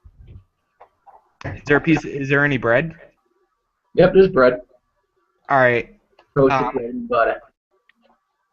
I walk over to the bread and I start like cutting a couple slices off, and I ask the innkeep where the nearest general goods shop is. Oh wait, is there an innkeep? Is he awake yet? Yeah, he's there. Okay, cool. Yeah, I ask him where the nearest general goods shop is. It's a little ways away. It's probably about half a mile to the north. It's hard to miss it. The place is called. Are you from around here? No. No. All right. Well, you keep going down the main road there. You'll come to these giant arches with big green arches, a bunch of different colored ones. And usually around this time, there's some shopkeepers just setting up shop. Excellent, thank you. And, during this conversation, I made myself an egg and ham sandwich, and I walk out the door in the direction the man has pointed me towards the great big arches. Okay. So you make your way down there. The streets aren't too busy. It's still a little early in the morning. It's still festival time, so there's people still like setting up like all sorts of like festive things. There's like souvenirs, paper dragons that kids run around with, and like the dragon goes along behind the stick that the stick is hooked onto. You know what I mean? Like a flying kite kind of thing. Yeah. There's a whole bunch of those. There's some vendors selling masks of each color, which you guys know the colors. Do you guys know the colors? It's the colors of the chromatic dragons. Yeah. You would think that would be kind of. All right, I walk up to the mask stall and I ask him, how much for one of these masks? These depends on how well you want them made. You They don't have to anywhere up to 5 gold for the best, to 5 copper for the least. Yeah. What is show me the least quality mask. He pulls out a piece of paper that actually has the stencil of a mask on it. Oh, you cut it out yourself. All right, I'm looking for kind of a mid-ground one that covers the face, doesn't have to be made of anything fancy or even look that well done, just covers the face. Oh, so like one of these. He pulls out this one that's made out of like almost like a cardstock kind of material. How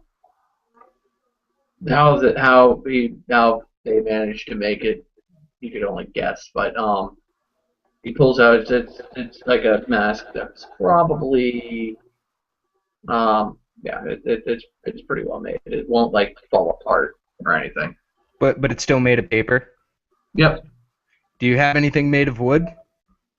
No, not wood. We got leather. Leather's the highest quality.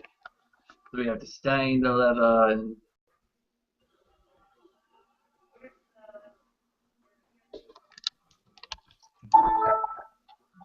All right. I'll take two. I'll take 2 of these, and I point to the paper ones, and I said, different colors, please. Doesn't matter which. And I'll take one of your highest grade masks. In the color.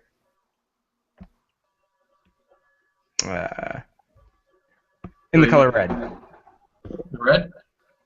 Alright, so he hands you a leather mask that you could have sworn actually looks like dragon scales, and it's got nice, it's got actual like ram's horns on them for the horns, or goat's horns for the horns, and it's really well made. It's a really cool looking red dragon mask. The other 2 masks are the mid-grade. You got white and blue.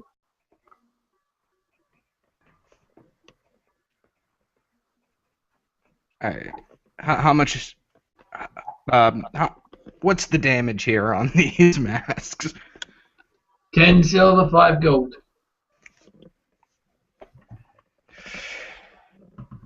How about we make it 10 silver, 4 gold? You guys get my first customer of the day. I don't see why not. Mrs. won't be too happy with the gold missing, but I bring home the food. Thank So you he for takes your your service, sir. May you have a wonderful festival. Thank you. Smooth stuff. He goes back and starts putting masks back out. All right, then all right. As soon as he like turns around or whatever, and the transaction's done, I start looking for like a somewhere I can buy like general goods like flasks, paper, parchment, all that good stuff. Rations. Okay. Ration. So yeah, you come across the one of those general stores. It's actually built in. Do you know what it's the style of architecture? It's almost like kind of Tudorish. Like the big it's like stucco walls and big wooden beams. You come across one that's actually inside one of those structures that is around. It's like one of the curves that go around the outside of the main central parkish area. All right. How much time has passed? Would you say? Probably enough time for the rest of the party to wake up. Really? A few hours? Yeah. I mean, I'm just trying to get the other guys into it too, because they're all back. Yeah, and I kind of just wanted to pick up supplies and go back to the inn room before anyone was awake. Okay. What did you want? I just want some paper and yeah, I'm just looking for paper Just paper. and rations. Sorry. How much do you want to spend on it? How much paper can I get for a gold? You can get some pretty high quality stuff. You can get like a standard like pouch of it. It's a leather bound pouch. Say 100 sheets. Oh, hell yeah. I don't know. I'm And not looking at the guide. I'm probably gonna be cursing myself for that because I'm not gonna look it up. But whatever.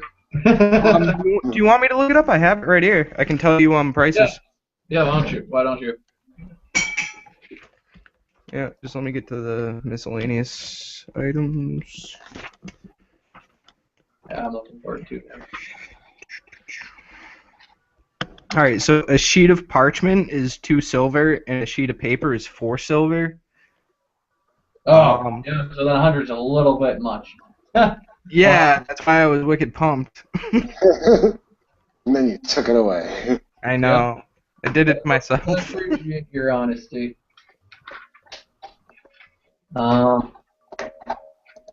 Yeah, just use however much you want, and then use that amount of gold. Okay, does it matter whether or not I buy parchment or paper for making scrolls? I would say it's just high quality parchment, right? The description for parchment is just like it's more like made out of like the sheep's lining of their skin or whatever. Okay, so it's like less. All right, so paper would be more expensive. Would be better to write stuff on. All right, cool. So yeah, I'll buy some paper and like a week's worth of rations, if possible. Okay. Yeah. Just look it up in the PHP. I'm trying to find it still. All right, it's 5 silver pieces for a day's worth of rations. Okay. All right, so that's 35 silver, and I guess I'll get. You gonna try to haggle? Yeah, I'll try to haggle. What do you Considering I'm trying to take such a high quantity of these items, do you think you could cut me a little deal? Roll D20. I got a 12. 12. You get a 10% discount. Sweet. Alright, and then I'm gonna make my way back to the inn while I do math. And do you want me to let you know how much it cost? Yes, please. Just put it. Just message it to me on Facebook. Okay, will do. Thank you. Alrighty, Alright, so Wilhelm and Dung, you guys are rousing. Are we aroused yet?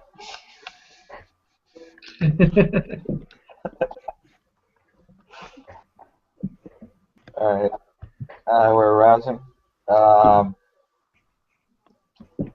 I'm gonna go downstairs. Okay. There's food there. Oh, The I'm so ham, the very egg, hungry. the bread. There's actually some flasks of, I mean not flasks, like some pitchers of some kind of tannish color of liquid. You can probably guess that it's like a kind of fruit juice or something. I'm gonna go grab me some eggs, some ham, a slice of bread, Okay. and a glass of this fruit juice. And I'm gonna sit down at one of the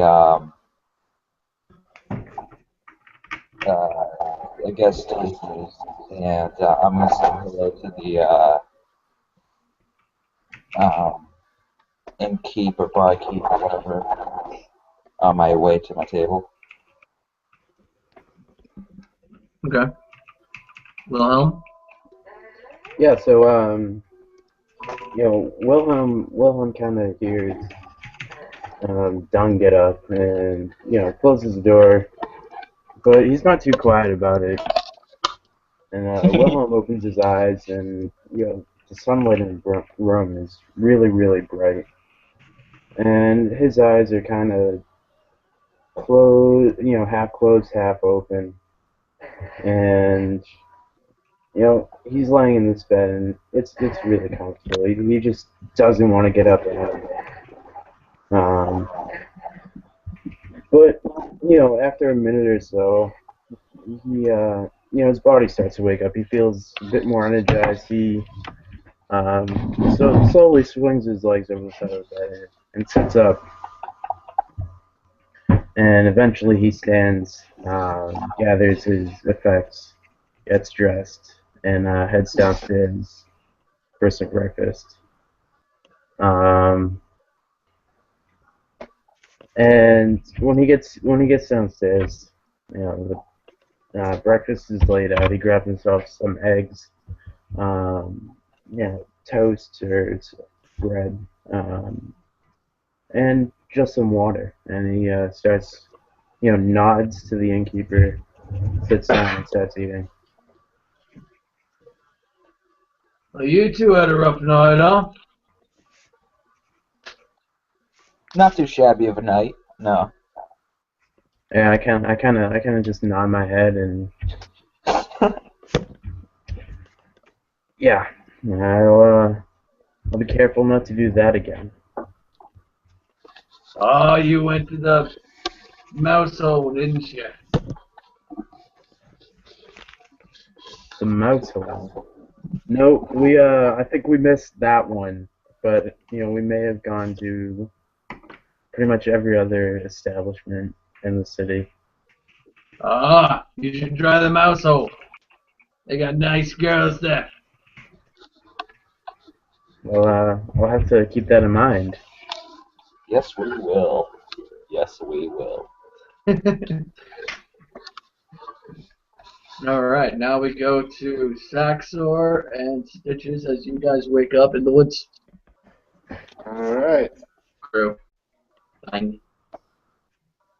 So, I don't know. Saxor, go ahead. I kind of been taking the lead with this whole thing, so. Yeah, no doubt. Like, as I said before, like, I rolled a 20, so I'm assuming I kind of wake up before Stitches. Yep. All right, cool. Yeah, like I said, like I just start straightening up the place a little bit out of respect, and then so that way, whenever Mr. Bibble there fucking wakes up and shit, he'll be like, "Oh, cool. One less thing I have to do." And other than that, I just kind of take it easy till he's up. I let him sleep in. I know he's a little gnome. He needs a little gnome sleep. Actually, roll a d20 on how well you pick stuff up. All right. And he rolls a 1. I got a 4. So, Place is a worse condition than you tried. you tried to put stuff back, whereas you weren't really sure where things go. Things are misplaced, still kind of toppled over and things. You didn't make more of a mess, but you didn't help.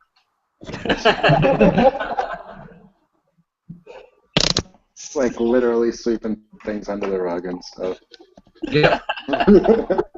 It would be like if Alex slept over at Nick's house. Alright, yeah, so I guess eventually I'll roll out of bed, walk out of the room. My hair is all a mess. Running my fingers through my hair. My eyes aren't really open yet. I still got like blurry vision. And I say, breakfast? I say, breakfast not here, man. Huh? Nothing. Yeah, what do you want? And then, so I kind of focus, and I'm like, holy shit, I fucking ruined this place last night.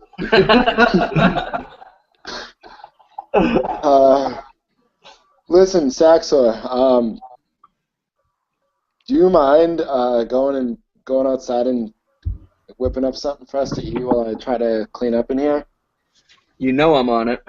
Alright, so O'Neve's not really big on meat, so there's some mushrooms in the cupboard there and some other vegetables. What you got, portobellos? You got some portobello mushrooms in there? You got some shiitakes? What's good? Yeah, we got pretty much everything besides what Brad grabbed from that alleyway. Oh, I still have a couple of those, but I feel you. So yeah, I don't know. I need some time to clean up. But yeah, go ahead outside and let me know how that goes. And as I'm cleaning, Dale, I'm going to make an animal call to like attract one of like the local like a badger that we know lives nearby, and try to get it to come into the house. Okay. Roll a d20. I got a 16. I don't know what you want me to add to it. Use your handle animal. Yeah. So 21. 21? Yep. So you start making the calls, and then you hear kind of a ruffling in nearby brush. And now making normal kind of badgery noises is the badger. All right. So I go over to him and give him a little scratch on the ears, and I have a once per day ability to speak with burrowing animals. So I just want to communicate to him like if he had seen O'Neve or if he knows, like where she is. All right, so I'm gonna obviously speak in common. Huh? So I'm gonna so you're speaking with a small animal. That's right. Yeah. You mean the pretty lady? I'm sorry? You mean the pretty lady? Yes, they're a very pretty lady. And watch your paws. What? They're still here. They're still here. It's still here? Yeah, the pretty lady, she left. And I haven't seen her. Nope, I haven't seen her. When did she leave? Sun was about over there, and he kind of points his nose to like mid-morning where the sun would have been. Okay, and so I ask him, one sundown?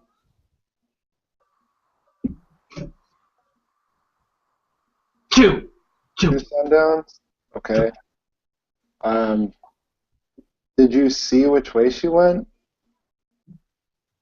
She went to Big Tree. Big Tree, yep. Okay. Went to the Big Tree. Okay, good.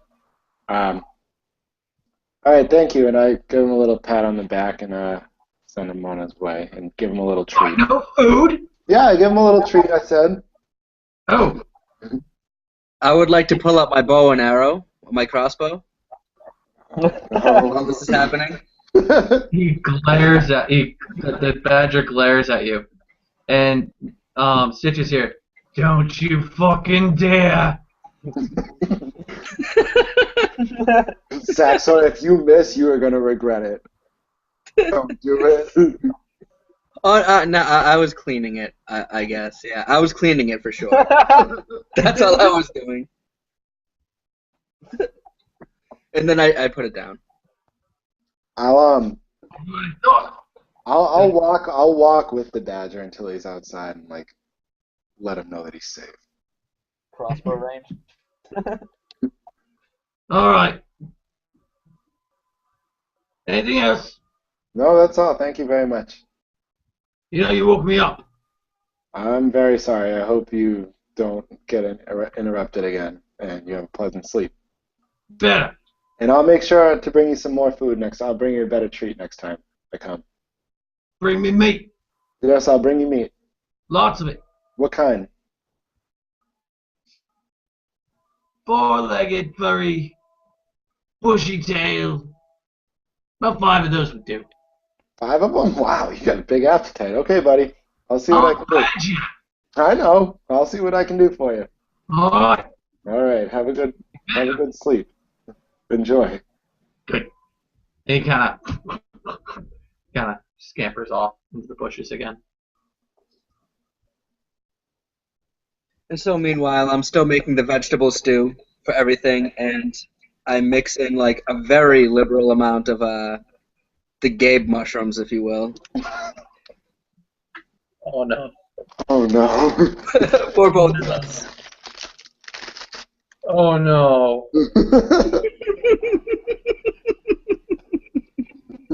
Oh dear. Okay. Okay. Are you ready to go on a quest? Do you want me to grab my book of Wild Darkness and just find out some rules for you on this? No, I have a book of Wild Darkness. And I want to accentuate this point that as soon as Stitches starts eating it with me, I just look at him straight in the face and say, wild card. I'll be right back. I'm getting my book of Wild Darkness.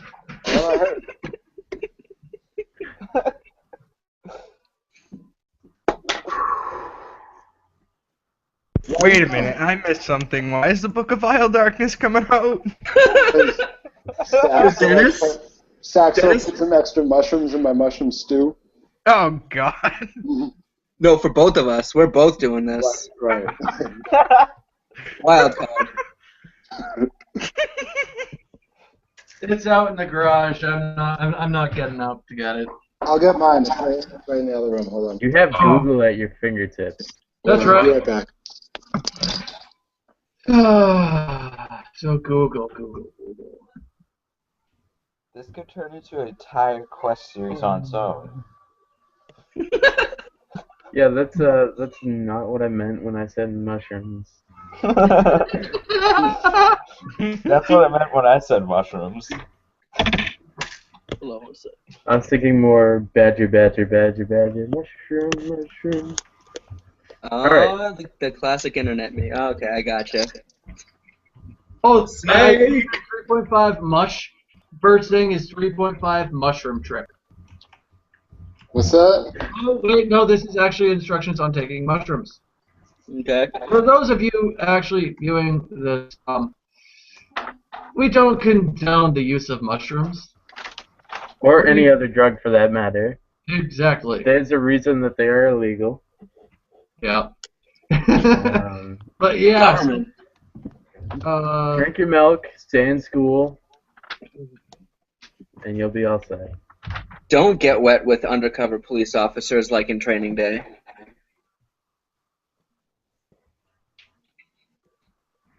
Alright, so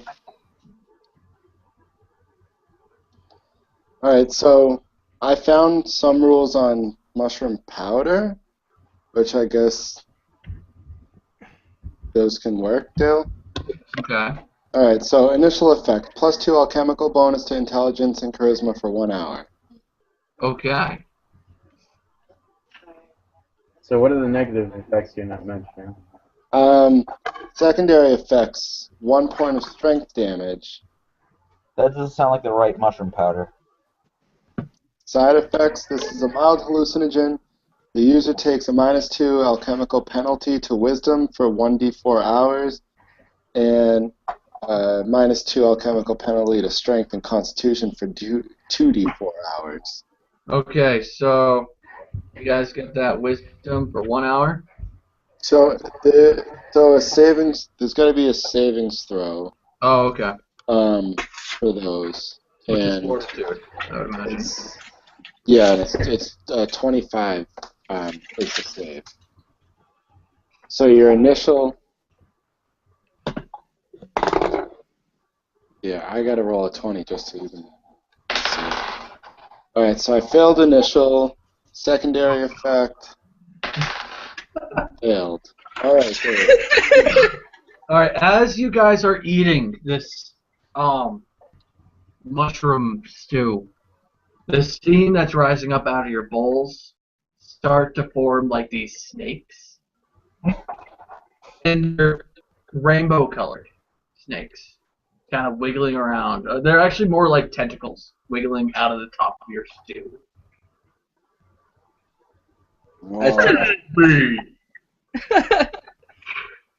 Where did you get the calamari? I look up at Saxor with the ball like, where'd you get calamari? In the woods. I asked Stitches. I said, "You ever wonder like what it's all about? You know?" Oh man, yeah. And then I've always wondered that. Are you me? No. I would totally say that though. Okay, so what are you guys going to be doing after your mushroom trip? I have to find O'Neill. Saxo, let's go to the big tree. But wait, what about Wilheimer or whatever his face is? The guy who things? No, yeah. My wife. Badger said the big tree. Yeah, let's go find the badger. Let's go to. No, we already found the badger. Oh. We gotta go. The stew's really good. Want some more? I do. Okay, then we go to Ekch, Dung, and Wilhelm. Alright, so like I'm walking into the tavern, I guess? Yeah. Alright, I have my mask on, which by the way I put on as soon as I exited the shop. Yep. And so I walk in and I turn towards Wilhelm and Dung, and I walk close enough to them so that well, how many people are there about, would you say? Is it like full? Are they in a corner? Right now, there's maybe like 2 or 3 other patrons. The dark-haired guy is sitting off in the corner, eating some ham steak. Just kind of looking at you guys with a smug look on his face. Alright, I kind of walk near Dung and Wilhelm, and I say, follow me, and head up the stairs, or head back towards the room that we rented. Okay. Yeah, Wilhelm, who probably by this point has finished eating, he stands up with his plate, his empty plate, and his spoon. And he brings it over to the bar where the innkeeper is, and he sits it down and says, "Thank you for the fantastic meal." And he follows. Go in the box over there. I'm sorry. Dishes go in the box over there. Does he point to the box? So Wilhelm looks looks at where the innkeeper is pointing, and there's a box. There's a box there's a couple of dishes in there, but it's not really too full. And it's kind of clean, like someone actually sort of pays attention to the dishes and whatnot. Someone who likes to take pride in having a somewhat respectable establishment. And he goes over and sets his plate down and nods again at the innkeeper and just up the stairs. Alright.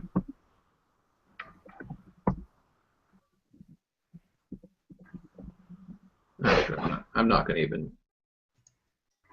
So is Dung coming along too? That strength damage is permanent? Oh! Yeah, Alex, did you roll your savings throws? You're muted. What was I supposed to roll? 2 savings throws. Your first one gives you +2 to your intelligence and charisma for the next hour. Okay. What'd you get? It gives me a +2 to my strength? No, your intelligence and That's what I meant. charisma get a +2 bonus for the next hour if you fail your first savings throw. Oh, I rolled a 3. Yeah, so you failed. So you get +2 strength and intelligence and charisma for 1 hour. Now roll it again. Fortitude. 10. Yeah, you failed. So you lose 1 strength point from your actual strength ability. Your base score is now -1 permanently. If it dropped to an odd number, all of your strength-based abilities go down by 1. So Okay. what was your strength? Alright, my strength is 14. Okay, so it's 13 now, and that makes your modifier 1 instead of 2, and that means every modifier based on strength goes down by 1 point. Worth it. Alright, I'm writing that down right now.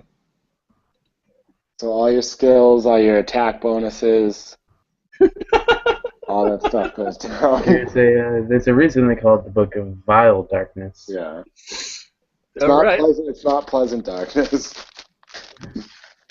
It's not warm, free hugs darkness. Right. I'm still gonna write the best album ever in D&D. I'm gonna invent backtracking. But you're not a bard. I am now. No, I'm just kidding. You tripped so hard it changed your class. Am I an orc? No, you guys haven't met Vought yet. Oh, good old bot. Okay. So, you guys, Wilhelm and Dung, are you guys following Ekch up the stairs? Yeah, I had gone up the stairs. Yep.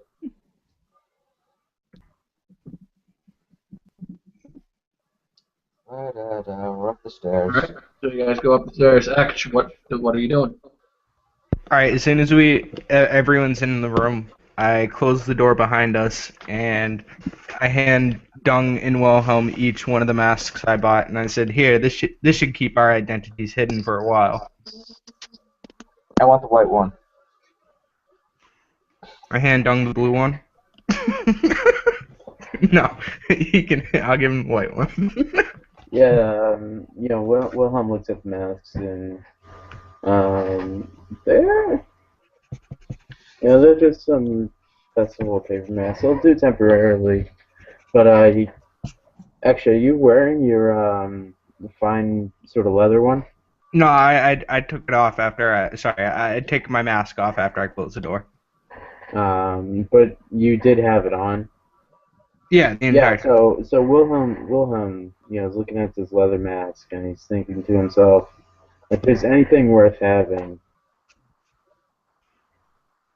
it should be something nice, something that'll stick around and last. So he's kind of jonesing for a sort of higher quality leather one.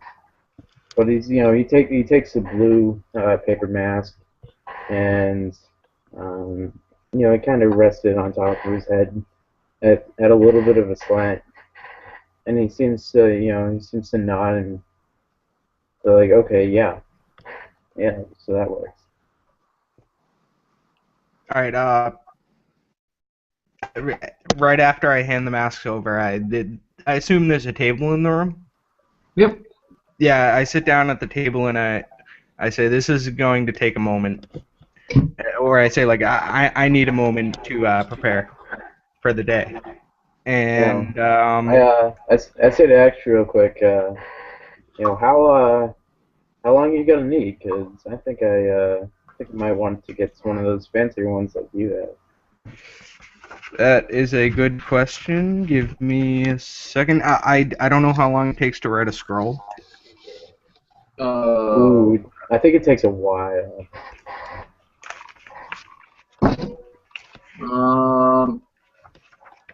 I would say that Wilhelm has enough time to go down to that mask dealer guy. Oh yeah. I think I'm enjoying Wilhelm. So, Ax, why don't you finish up what you're doing, and then we'll go to us. All right. Yeah, I don't see anything on how long it takes. Describe it. All right. Well, we'll say how many spells are you trying to prepare? Sorry. How many spells are you writing down? Only a couple. I don't want to spend too long. Like, Okay. I Well, want to spend maybe like 30 minutes at the most. okay. Yeah, they would have enough time then. To go to that mask shop and come back. It would probably it's about half an hour round trip. Okay, cool. So we'll do. All right. Here we go. So wait. How many would you say I'm able to write in that time? Just write down what you need. Um. I'm a very liberal DM. All right. So I could scribe 20 spells in that time. Let's say 10. Okay, deal. That's cool. Yep. All right. Alrighty, so Wilhelm and Dung, you guys are making your way out the streets. They are starting to get a little bit more busy. There's more people. Some of the adults are kind of looking at you, smirking a little bit with the paper masks on. yeah, and Wilhelm's kind of enjoying the sort of festival air.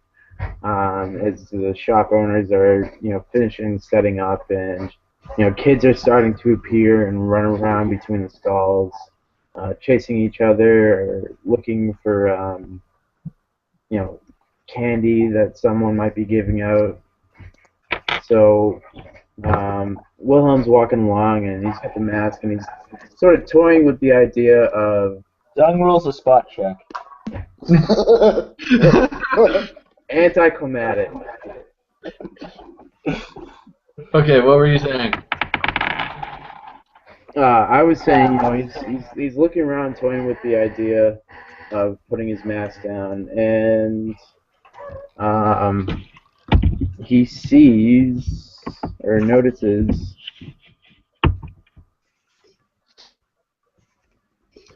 A familiar clatter of armor as you see Arnold walk around the corner. All right. Dung puts his mask down. Yeah. Wilhelm does the same, and he takes a look around real quick. What kind of shops are around? Are they open stalls or are they placed in buildings? It's a little bit of both. The open stalls are more like your trinkets, some loose food, some like kind of it's like loose food, some leafy greens, some herbs, and inside the actual inside the actual buildings, you have more like your bookstores. At the end of one of them, there's a blacksmith. It's pretty much like your city complex.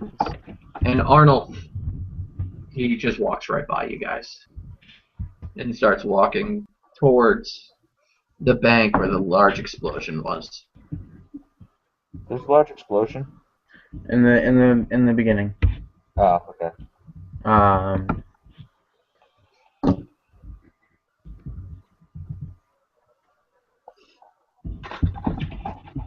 So Wilhelm is strolling along and he's looking for the fellow with the masks. Looking to see maybe sort of a bright, eye-catching display of these masks that he has. He and Don both have.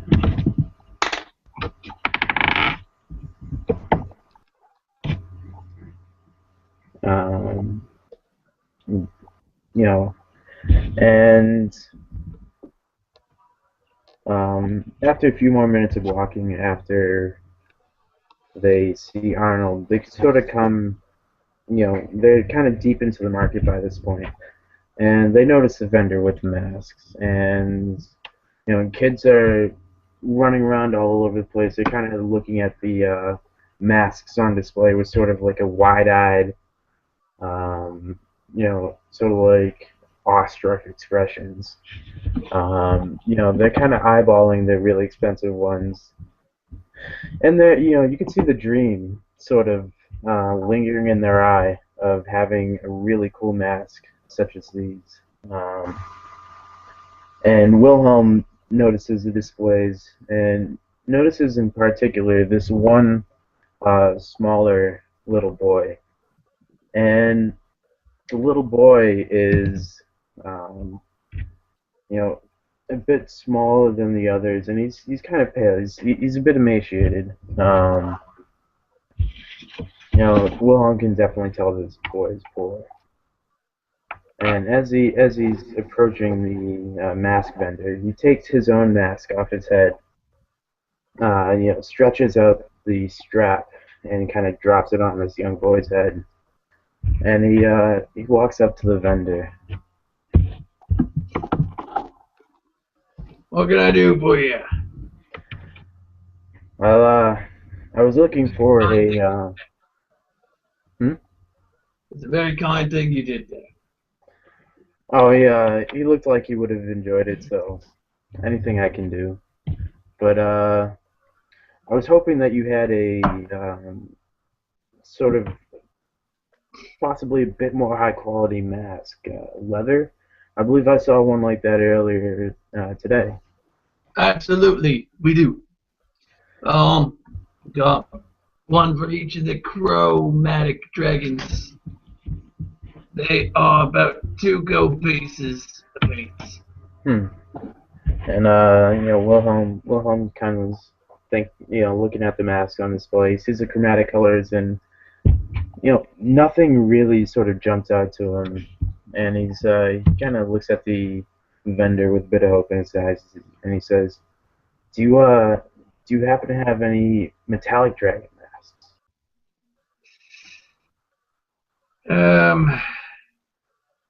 I do, but it isn't very good.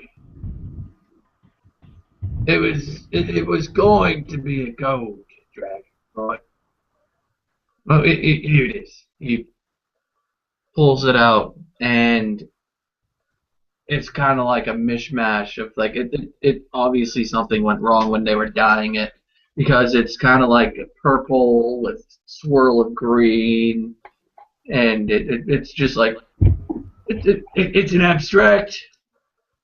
So kind of like a out of character, kind of like a blued steel almost. Do you remember what yours dice look like?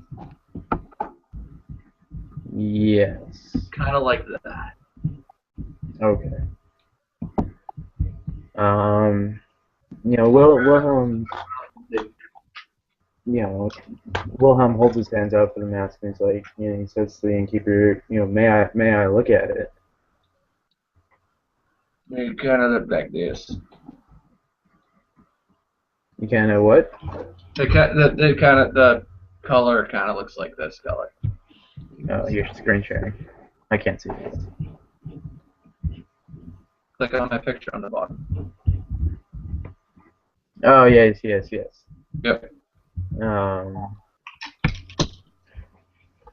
Kind of like oil badass. and water. Yeah. Like I said, like something went wrong when they were dyeing it. Yeah, certainly. Wilhelm takes it, takes a mask in his hand and he's turning it over and in spite of the sort of botched dye job, this mask is, you can really see that some care went into crafting such a thing. And he looks at the vendor and he says, he hands the mask back to the vendor and says, would you mind selling me this mask here?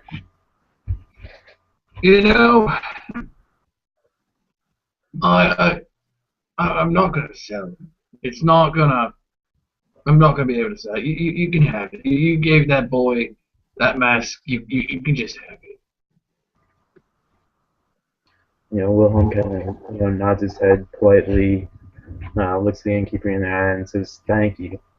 And as he takes a mask, he had managed to reach into his pocket and pull out a coin. And as he takes the mask, he kind of turns his hand over, face down, on the stall, and he leaves the coin. It leaves the gold piece there, one gold piece.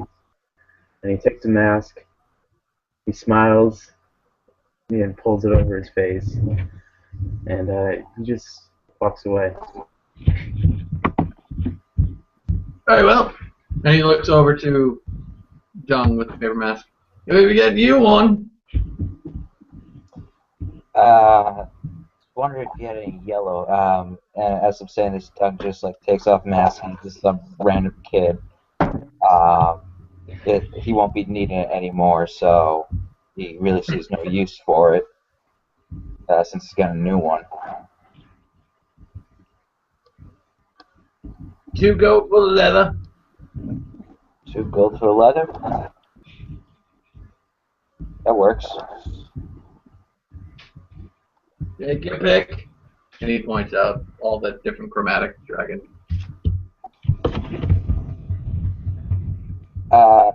You wouldn't have a yellow one, would you?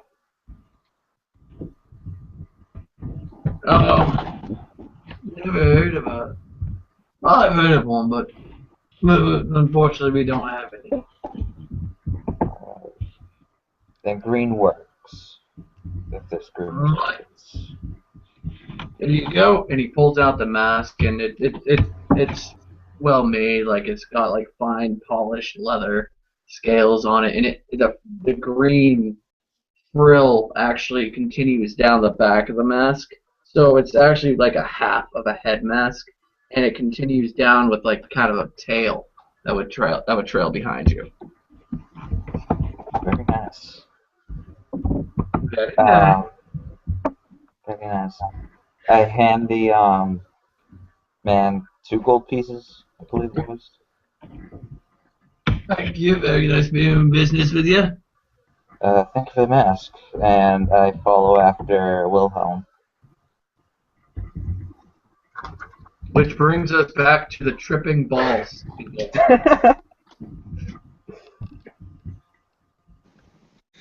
So, you guys are making your way to the big tree. Yeah. Roll a spot. Spot. You don't want us to roll a survival check and make sure we're going in the right direction? No, roll a spot. Alright. 5. I got a total of 3 with my -2 wisdom. Alright.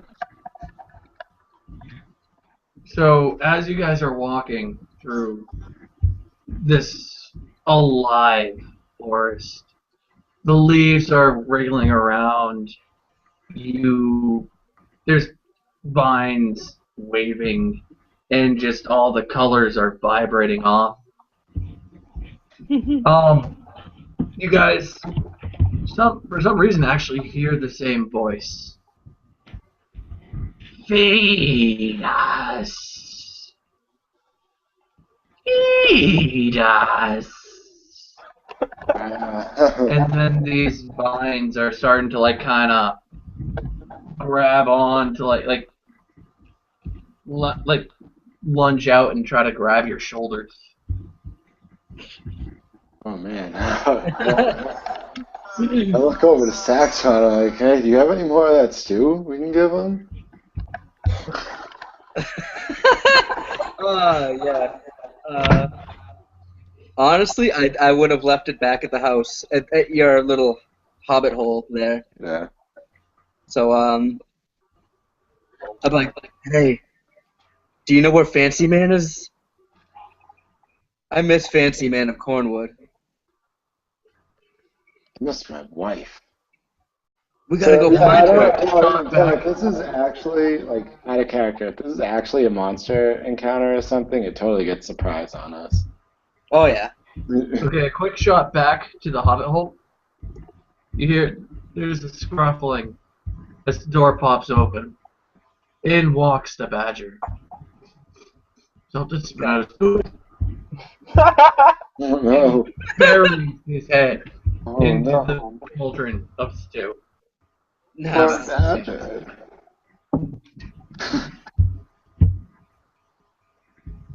Back to you guys. Also, do you want us to roll for addiction? I know, I mean, it was just one use, but there's totally like an addiction save.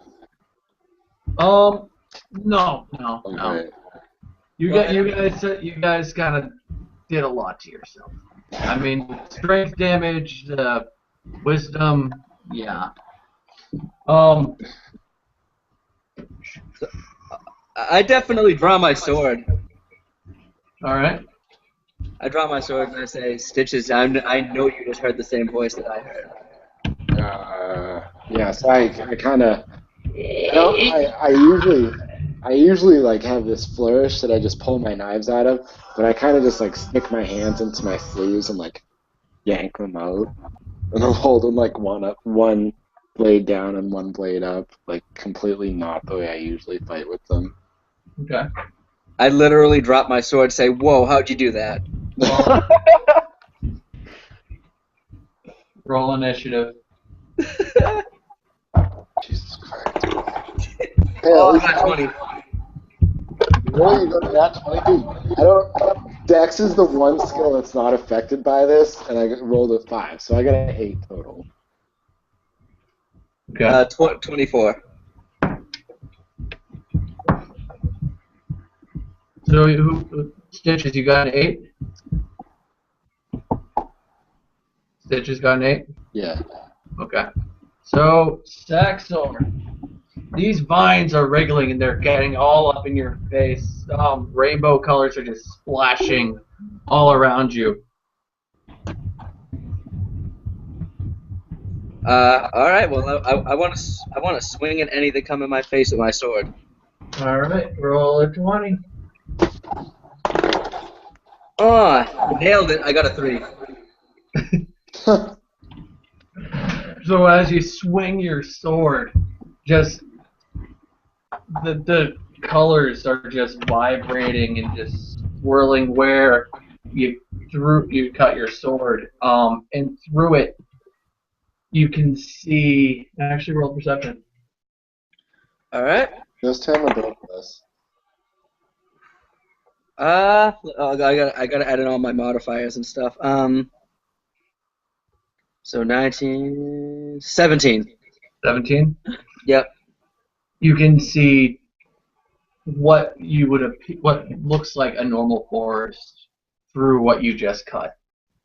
And now it is my turn. Stitches. Roll a grapple. 11. 11. Yeah. You feel vines, just these rainbow-colored vines, just wrapping their way around your legs, and they pull you down onto your back, and these giant leaves waving back and forth. Feed us! Feed us! Oh no. And now it's your turn. All right, so they're wrapped around my legs.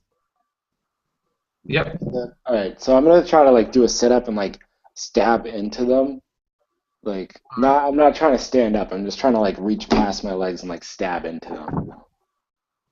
Okay. All right, so what do I get? Like a -2 for attacking from the ground, or? Yeah. You know what? Let's use fifth ed rules. So attack with disadvantage. All right. 3 and 6. 3 and a 6. You're stabbing. You stab and you just stab into the ground. I don't think I've rolled over 10 once tonight. I'm sorry. Yeah, it's terrible. So you stab into the ground, and through your when your knife just goes into the ground, you can feel the familiar feeling of the soil underneath you, and it starts. Roll a fortitude save. Fortitude? Yep. Alright, there's a good roll. I got a 20, well, with some modifying for that con, so I got 18. 18. Yeah. You around your hand, you can see the ground almost returning to normal, as you stabbed it. Now it's Axor's turn. All right. So I noticed that Stitches is kind of fighting something off, and I just yelled to him, "Are you all right? What's happening? What are you doing?" Thanks. Saxor, you can roll a spot. Spot. All right. Okay. All right. So 12, 15, 13. There's nothing wrapped around his legs. All right. I'm like, "You're good. You're all right, buddy." And what's my situation looking like? The vines are still advancing on you, these just wriggling vines.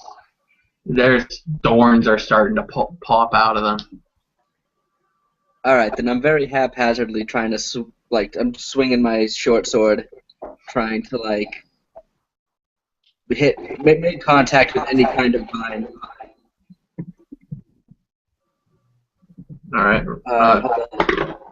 17. All right, hold on. What is it? 17. I'm sorry. What am I rolling? D20.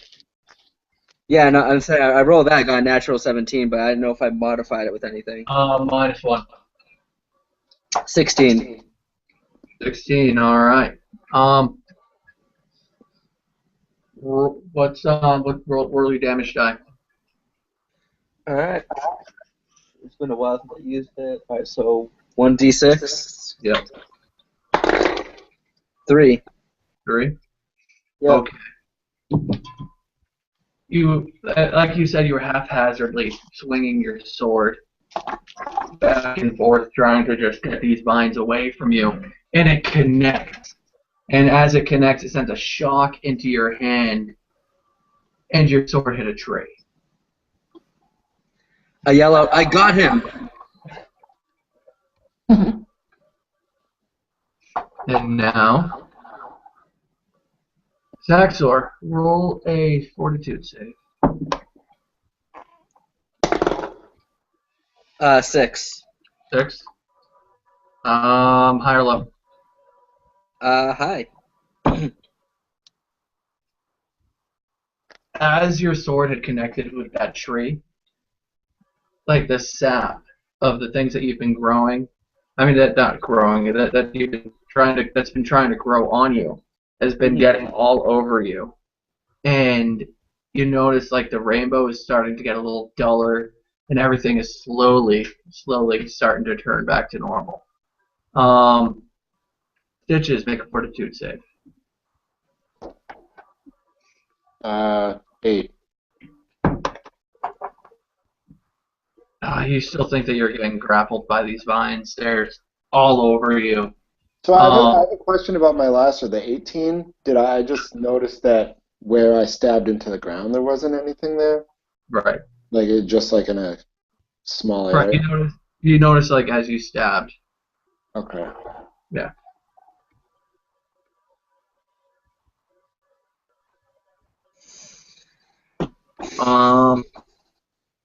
Okay. So, oh fuck! How do I do this? You crit? the vines are starting to wrap their way around your neck. They're pulling tighter and tighter. You feel like it's getting harder to breathe. They're just growing all over you. All. I'm coming, buddy. And then, do I notice anything around him or not? Do I notice anything around his neck or? There's nothing around his neck. He's like sitting there writhing as if something's strangling him. And good call there, Wilhelm. Stitches, roll a will save. Oh, I'm good at that one. -2. Nine. So I got a 12 total. No. Yeah. All right. So Saxor, you were walking up to him, and what were you doing again? I'm sorry. No, it's all good. If I notice that nothing is around his neck, I'm just kind of yelling at him like, "Is everything okay? What's going on? There's nothing on you." And I'm just going like I'm suffocated. I'm being suffocated as far as I know. Yeah. Okay. Stitches, roll a fortitude. 18. Okay.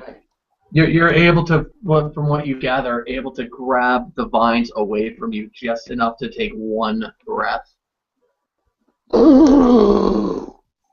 And then they wrap their way back around your neck. So this time even tighter. This time it actually it feels like it's starting to hurt. Roll another will save. 21. 21. And all of a sudden, they tighten so much that it just vanishes. Everything vanishes at once. I start like feeling around on the ground. I go, what? What was in that stew? I'm gonna be honest with you.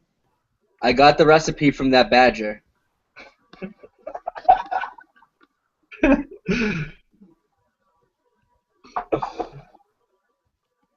If we can find him, he'll tell you. I know for a fact you can't talk to that badger. I can talk to him. We just don't understand each other.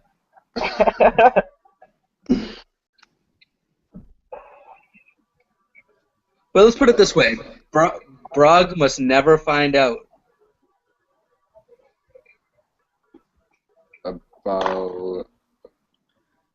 About the badger. He's the jealous type. Okay, I'm going to level with you.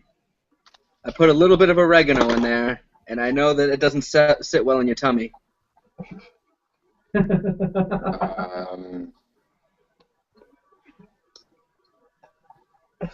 Are you all right?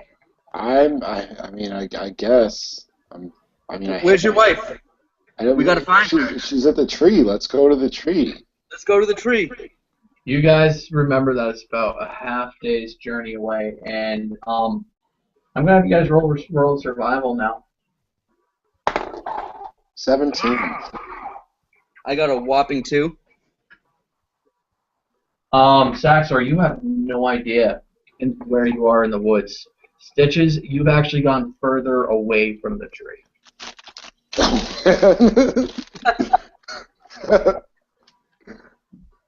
Alright, are we also further away from Luxtos? You guys are actually closer to Luxtos. Okay. How long's it been since we, left my You don't know. But, are the effects, starting to wear off enough that, we can... Yeah. I can think, reasonably?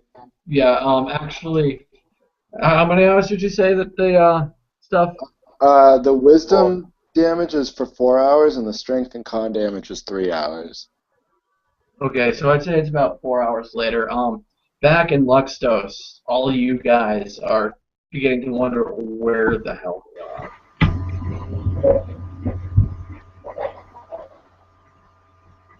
So we're gonna go back to Luxtos. Dale, that Yeah.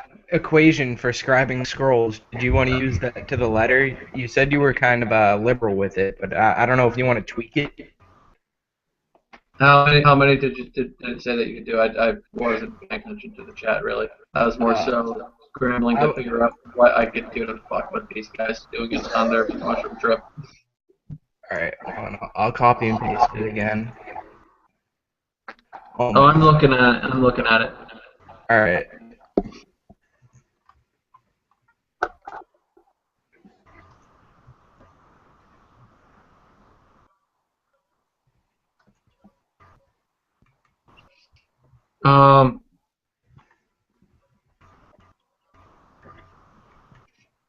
I'd say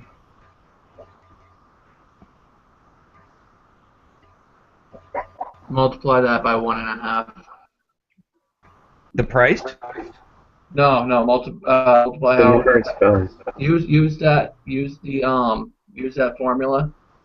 But whereas you would have, let's say you have two, you do 2 scrolls, you do 3, because it would be 1.5. Does that make sense? Okay, so for time constraints or whatever? Time constraints, 1 day per 1,000 gold coins. I'm more interested in the gold cost. Gold cost? Yeah. I am not gonna sway on the gold cost because you have a lot of money. It goes quick when making scrolls, though. Holy crap. Yep.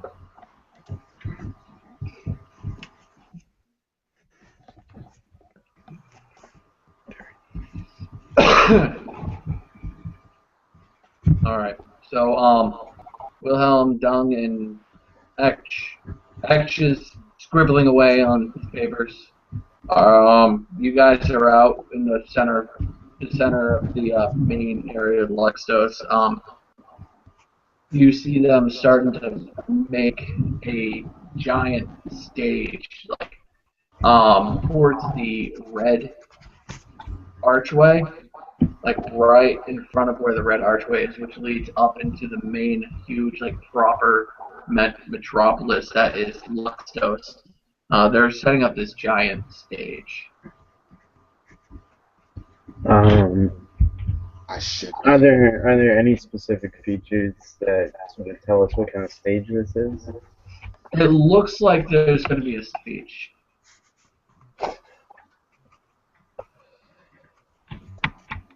There's like a pedestal up there.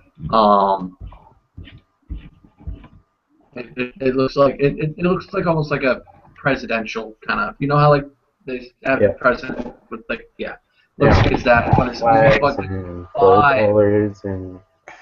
There's 5 pedestals, and each pedestal is each of the different chromatic dragon colors. And as you know, there's 5 lords of Luxtos to represent the 5 heroes. Alrighty. So. Does it look like they're getting ready to start soon, or are No, they're just setting up the stage.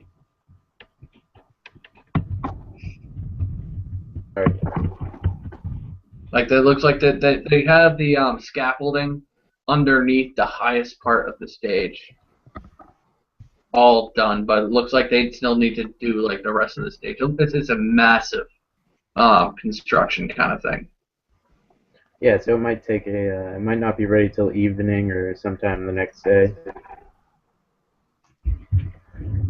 Alright, so Wilhelm is standing there as the crowd knows about him, with his mask on, and the sun is high in the air, but it's kind of getting chilly out. There's a breeze that seems to be blowing right through the crowd, and so he reaches into his pack and he shrugs on a cloak. It's a nice, sort of thick and heavy wool, and it's dyed sort of a burgundy color. something very dark red. So here he is in this dragon mask, and he's got this red cloak on. And some people think he strikes a sinister figure, and others would um, see someone enjoying the festival. And so he starts to make his way back towards the tavern, the bursting bunghole. Okay. Oh, and for those of the viewers out there who do not know what a bunghole is, I'm going to save you from whatever sort of obscene results might pop up when you Google search it, and just let you know that the bunghole is the hole in the side of a Okay. sort of Keg or a barrel? a wooden barrel cask, what have you. And that's where the alcohol is poured in before it ferments and is stoppered up with the cork. And that cork is called a bung. So the Correct. hole where the bung goes is the bung hole. And so the bursting bunghole is alcohol spilling forth from the.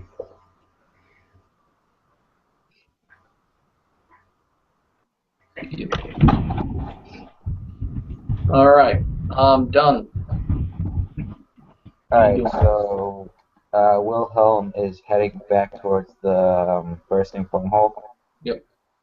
I'm gonna follow him, actually. Okay. All right. So you guys are going back. Did you guys come up with a time that you were all going to meet? I think we said After nightfall. nightfall. After nightfall. Okay. Etch. Yeah. As you are writing your scrolls, the whispering in your ears is getting more vile. It's getting more taunting. It's saying, "What are you doing? Why are you just sitting here? Why aren't you getting me what I wanted?" I need time to prepare so that I can get you what you want. There is no time. I am working as fast as I can. Do you want me to succeed, or would you rather I just failed quickly? You're trying my patience. You I'm have not. one last chance. Then you hear like a pop, and all this screeching in your ears is gone. And your raven actually looks more like a normal raven now than it ever has. But it still looks like it's special. All right. I kind of just look, like, while looking at the raven and noticing this, I just kind of cock an eyebrow at it and continue finishing my scribing. Give it a little pat on the head, too. Kind of nuzzles its head into the hand, which is not normal for it. It usually tries to bite you. All right. Yeah, I'm very confused by this and so puzzled that I kind of lose what I'm writing down. Like I lose my train of thought and just I'm flustered for like a quick second, and then I just get back to doing what I got to do. Okay. Now we're gonna go back to Stitches and Saxor. Where are you guys heading? Are you guys still heading towards Victory? Are you guys heading back to Stitch's house? I think Luxtos will be the destination. Okay. Is my house like on the way a little bit? Like, Yeah. okay, I'd like to stop there and kind of get a change of clothes. Okay. Because As you guys make it to the clearing, I need you to roll a spot. are we still at minus? Like, do we still? Well, I rolled a 3, so it doesn't really matter. No, you weren't at minus. Excuse me, 11. 11? Okay, Stitches, you see this, but it really doesn't faze you as much as Saxor does. The hole to your hole is open. The door to your hole. So And you hear scratching and from inside. It's just grunting and noises? Yep. Okay. Alright, I say to Saxoid, stay outside the hole and get your weapon ready. get what ready? I'm sorry. Your sword. Get your sword Okay. ready. Good, got my sword ready. Got it ready. Okay, so I'm going to try to like sneak into the hole and get Alright, a glimpse of roll what's your going move on. silently. Can I keep that? It fell on the floor. What was it? 15. Yeah. Alright, so 18 altogether. Okay.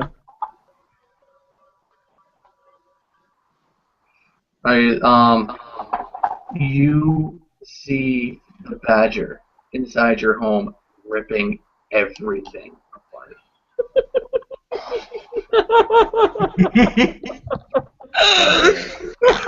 Ripping everything apart, like your wife's favorite dress shreds, tatters. He's gonna be pissed. Oh The man. drawing that you spend almost 10 gold on of her, half gone. Like half of her face is just ripped off, like the badger ate it. Alright, I just rage really quick and like I pull my whip out and just smash it, like try to slap the thing with it. All right, roll initiative. 18. Sorry. I'll put it in chat so you have it. Okay. Okay, so that's 9. Badger rolled a natural 20. Bastard. That son of a bitch. The badger, hearing just the wind whipping from your whip, spins around. His eyes just pretty much clouds, and he just lunges straight at you, roaring and making these normal kind of badger noises. And he is going to attack you, Stitches. Bill, isn't that sneak attack because he was hidden or was moving silently? Huh? Isn't it a sneak attack because he was moving Well, it silently? would be sneak attack, but do I get a surprise round? I guess. High or low? Low. Yep, you get your surprise round. Awesome. All right, so I strike out with my whip.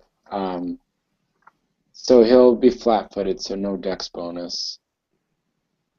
Okay. Right, and is a total of 12. Yeah. And you hit. All right, and does he have natural armor? Dale? Yes, it's +1 natural armor. Okay, because whips don't do damage to +3 or higher. Okay. All right. So I do 3 damage.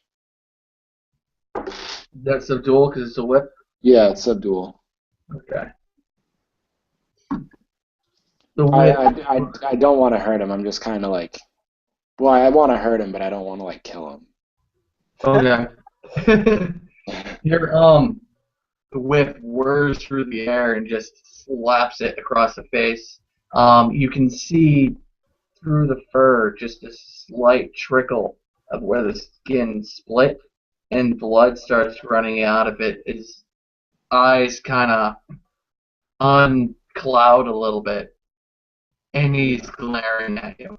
So my No, you didn't.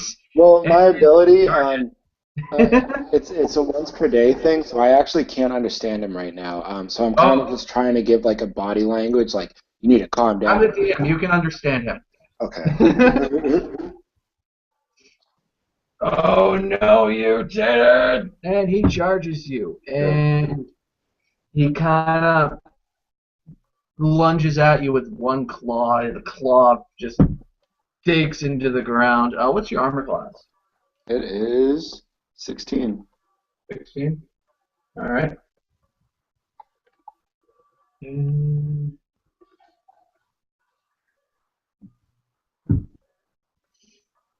he manages to connect with one of his claws and does 1 slashing damage to you. All right. Did I get any hit points back from sleeping?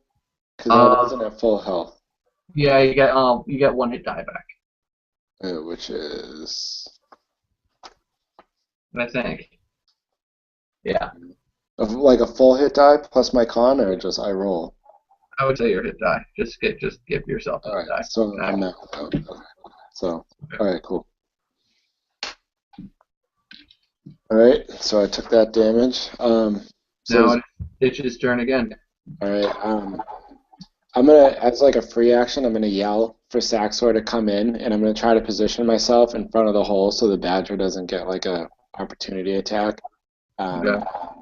as he comes in, and I'm gonna try to hit him with the whip again. Okay. All right, and I rolled a 17. 17. That will connect. Would you like to describe it? I do another 3 damage. So this time I don't want to. I'm trying not to hurt him too much. Just like I know how that badgers have a bad attitude. And at this point, it's not going to do much more than knock him out, or I'm not going to be able to do anything more than knock him out before I can settle him down a little. So I take the whip and kind of crack it just under his throat and hit him in the windpipe. Oh. Yeah. So like I do like a really low toss towards him and pull it back at a low angle so that the tip of it just flicks him right in the throat. Oh. Yeah, and I don't know. I mean I'm that. gonna actually give you an extra point of damage for that positioning. I like that. All right, now it's Saxor. Well, while I was outside, I noticing that he had some of my mushroom soup there. I'm like furious. I'm very angry. I rush in there, and so is the badger like in a state of somewhat of a state of being subdued? He just got whipped in the throat, so he's kind of like shaking his head from back and forth, kind of noise, Okay. and he seems a little distracted by that hit. Okay, that's what I thought. So I rush in and I yell, "Bimble, I'll save you!" Don't kill it. I yell as soon as I see you. Don't kill it. Oh man, all right? So you could all right, fine. So I rush in and I grab him with both hands and I'm just kind of holding him, but I won't kill him. Like if I can, I would like to just pick him up with my hands, and like I was originally gonna like kind of try to crush him either in my hands or like crush him against a wall or something. Okay, so you're gonna try to grapple with the badger? Yeah, Man. definitely. All right. All right, so what's grapple? All right, so 18. 18. Yep. He's kind of distracted enough that you managed to collapse your. Or why don't you describe it? Go ahead. All right, so I grab the badger, and I'm holding him with both hands, kind of like what would kind of be considered under his forearm armpits and stuff, and I'm holding him up like at face level, and I said, "Wah!" I'm like screaming in his face, like just like not words, I'm just yelling, and because I was like about to like full on rage kill him, but then Stitches said no, so I'm holding him, I'm screaming him, and I'm like, "Are you all right?" Talking to Thimble.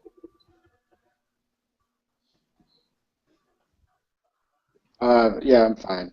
So I guess it goes to it's the Badger's turn if he's not out yet. Okay. The whole time I'm just screaming in his face, but yeah, his turn. So the Badger, he's gonna try to break your grapple. So you're gonna have to roll another grapple. Ooh, 16. He is unable to break your grapple, but he will try to bite your arm. What's your AC? Oh, nope, never mind. He tries to bite your arm, and as he's wheeling his head back, he does not notice the floor is that close to him, and he smacks the back of his head against the floor and falls unconscious. That's what happens when you roll a natural one when you only have one dual damage left.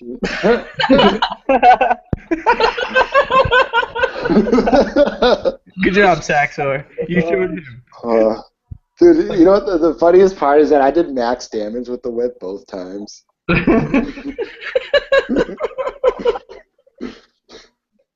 Well, what I was thinking when I took it. Huh? And then, Yeah. Then I'm in a panic. And I embrace Stitches up. I say, "Dude, are you okay?" I kind of like push you off. I'm like, yeah, I'm fine. It's okay. It's fine. I think he's still breathing. So I'm gonna bring the Badger outside. And actually, Saxor, can you try to catch a squirrel for me, please? Absolutely. I will do it with the best of my cunning. And so I run outside screaming, trying to find a squirrel. Squirrel! Squirrel! Basically, I was like, get over here! Kill this one. You actually, there is a squirrel on a branch up in, like, probably about 20 feet up in the air. It kind of is sitting there, tail flicking a little bit. Okay. But it does see you. It's looking at you. Do you know how, like, animals freeze? Yeah. And they think that they're not being seen? But yeah. Okay. You see. So I stop screaming, and I very carefully try to grab my crossbow. Like, I'm actually trying to legitimately be stealthy at this point and, like, not be a complete idiot. Roll stealth. 8. 8. Yep. It hears you, but it's not moving. Alright, well, I carry on my motion of just grabbing up the crossbow, and I would like to aim it, you know. You know how when you see like an animal and you're just trying very hard not to spook it by making very slow motions and shit stuff? That's what I'm doing. Okay. Should I roll for something? Yeah, you roll attack. Okay.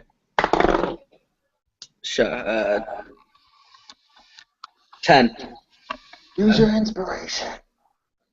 Yes, that's a good call. I forgot I had that, honestly, so I will actually use it for this. It's pretty important. Unless the 10 hits, then don't. Fuck. Oh, excuse me. I'll keep the 10. Okay. I'll say that. You loose a bolt, and it sails just over the squirrel's head, and it bolts. And it what? It bolts. Oh, okay. It bolted from the bolt fired. And you Gotcha. lost the bolt. Yep, marking it down now. Alright, so at this point I've come back outside and I'm carrying the Badger. And I just bring him over to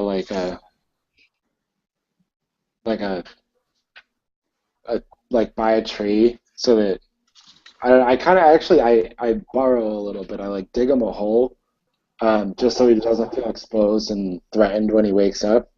So I just like dig like a 2-foot hole in the ground real quick and like put him in it. And I look over to Saxon and ask if he got a squirrel. Very nearly. Very nearly. All right. So I don't know, Dale. I don't know how much longer the Badger has before it starts waking up. But I'd like to look for a squirrel or a rabbit. Yep. Roll search. 19. Matter of fact, you have to walk out into the woods a little bit, but you do find a rabbit. All right, so in like one quick motion, I reach in behind my back into my cloak and whip out a dart and throw it underhanded at the rabbit. All right, roll an attack. I got a 20. All right, roll for damage. I got 4 damage. And it's down. Yeah, buddy. All right, so I go over, I retrieve my dart, and I bring the rabbit with me, and then I just set a post like waiting. I'll hold on to the rabbit, but I'm gonna go like sit about 15 feet away from the badger and wait for it to wake up. Okay. It starts to stir. All right.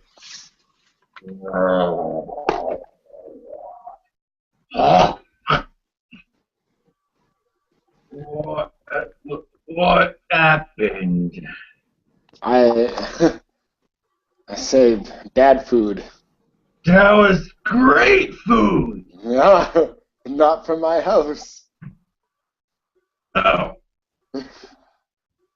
You know, paper's a lot better tasting than people give credit. Well, be that as it may, I would really appreciate that you never do that again. Next time I might not go so easy on you. As a peace offering. Huh? Don't leave your door unlocked. As if you don't even have thumbs. He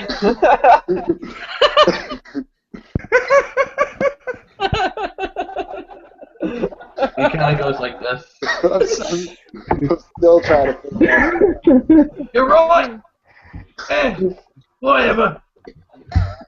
He grabs the rabbit by the scruff of the neck and just saunters off. So yeah, the rabbit's a peace offering as an apology for beating the crap out of him. Oh, he's just walking. Yeah. He's badge don't. Honey badge. Right. Then I'm gonna have Saxor and Stitches roll another perception. God. The woods are not safe. Why do I live here? I rolled a 1. Dude, I'm doing terrible, man. I 9. have an inspiration. I'm not taking that 1. Alright. 8. I still don't notice anything, but I didn't fail. Actually, no. You noticed this. I don't know how. I don't know. You don't know how you didn't notice this before, but you're noticing that some of the trees around your house are dying.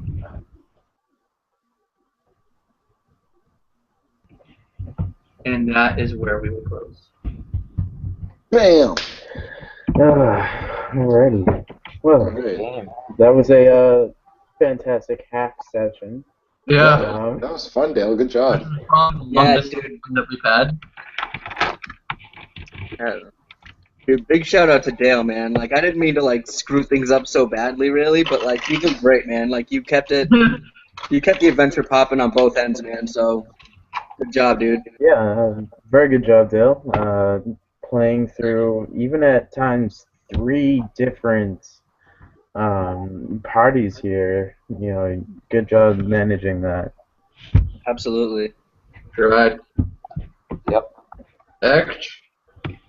Yeah, magic.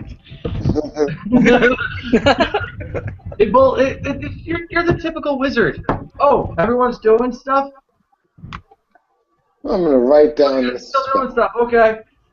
Yeah, wake up extra early, go to the store, get some stuff done, prepare myself.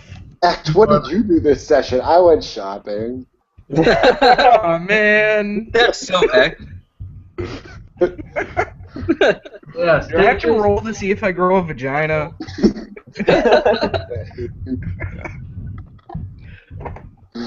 Oh, Yeah. man.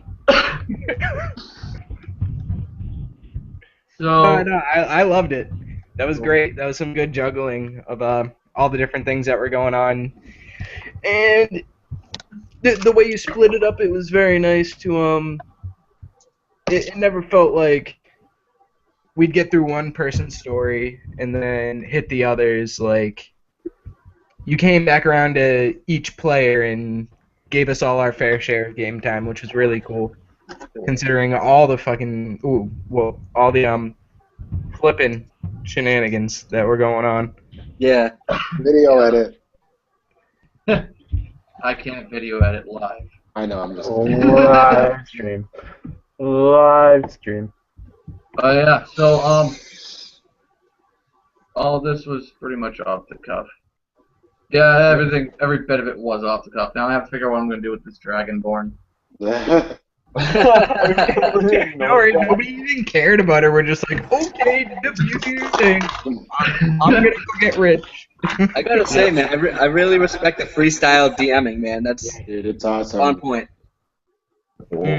It's the one thing I'm nervous about when I start running sessions. So Don't worry, Nick. Don't worry about it. Seriously, it'll come naturally. I mean, with the Badger, you mentioned the Badger, and I was like, wait a second, this Badger's still in the area.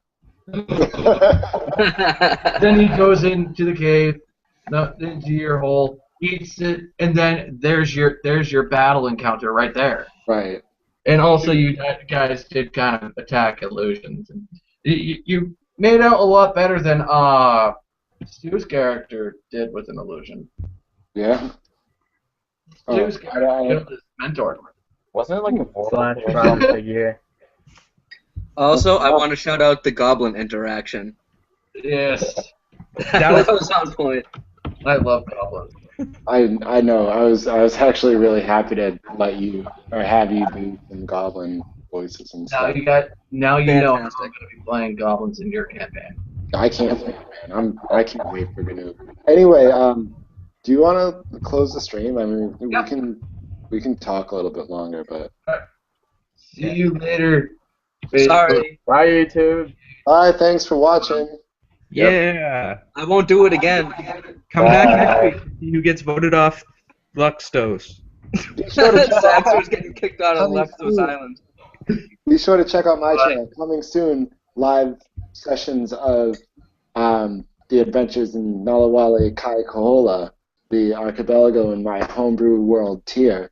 I think the first session's going to be within the next few weeks, so keep an eye out for that. I'll post reminders once I have a date. Awesome. And also, huge shout out to Be a Better Game Master, Tabletop Towers, WASD20, the Provokers, pretty much all the Provokers crew who really kind of got me back into DMing and really opened this entire media to me, allowing me to do this again. Most certainly, the Provokers gameplay is pretty much essentially the whole brigade leadership there. They put on fantastic games, and they're great for all players to sort of help improve themselves in great entertainment.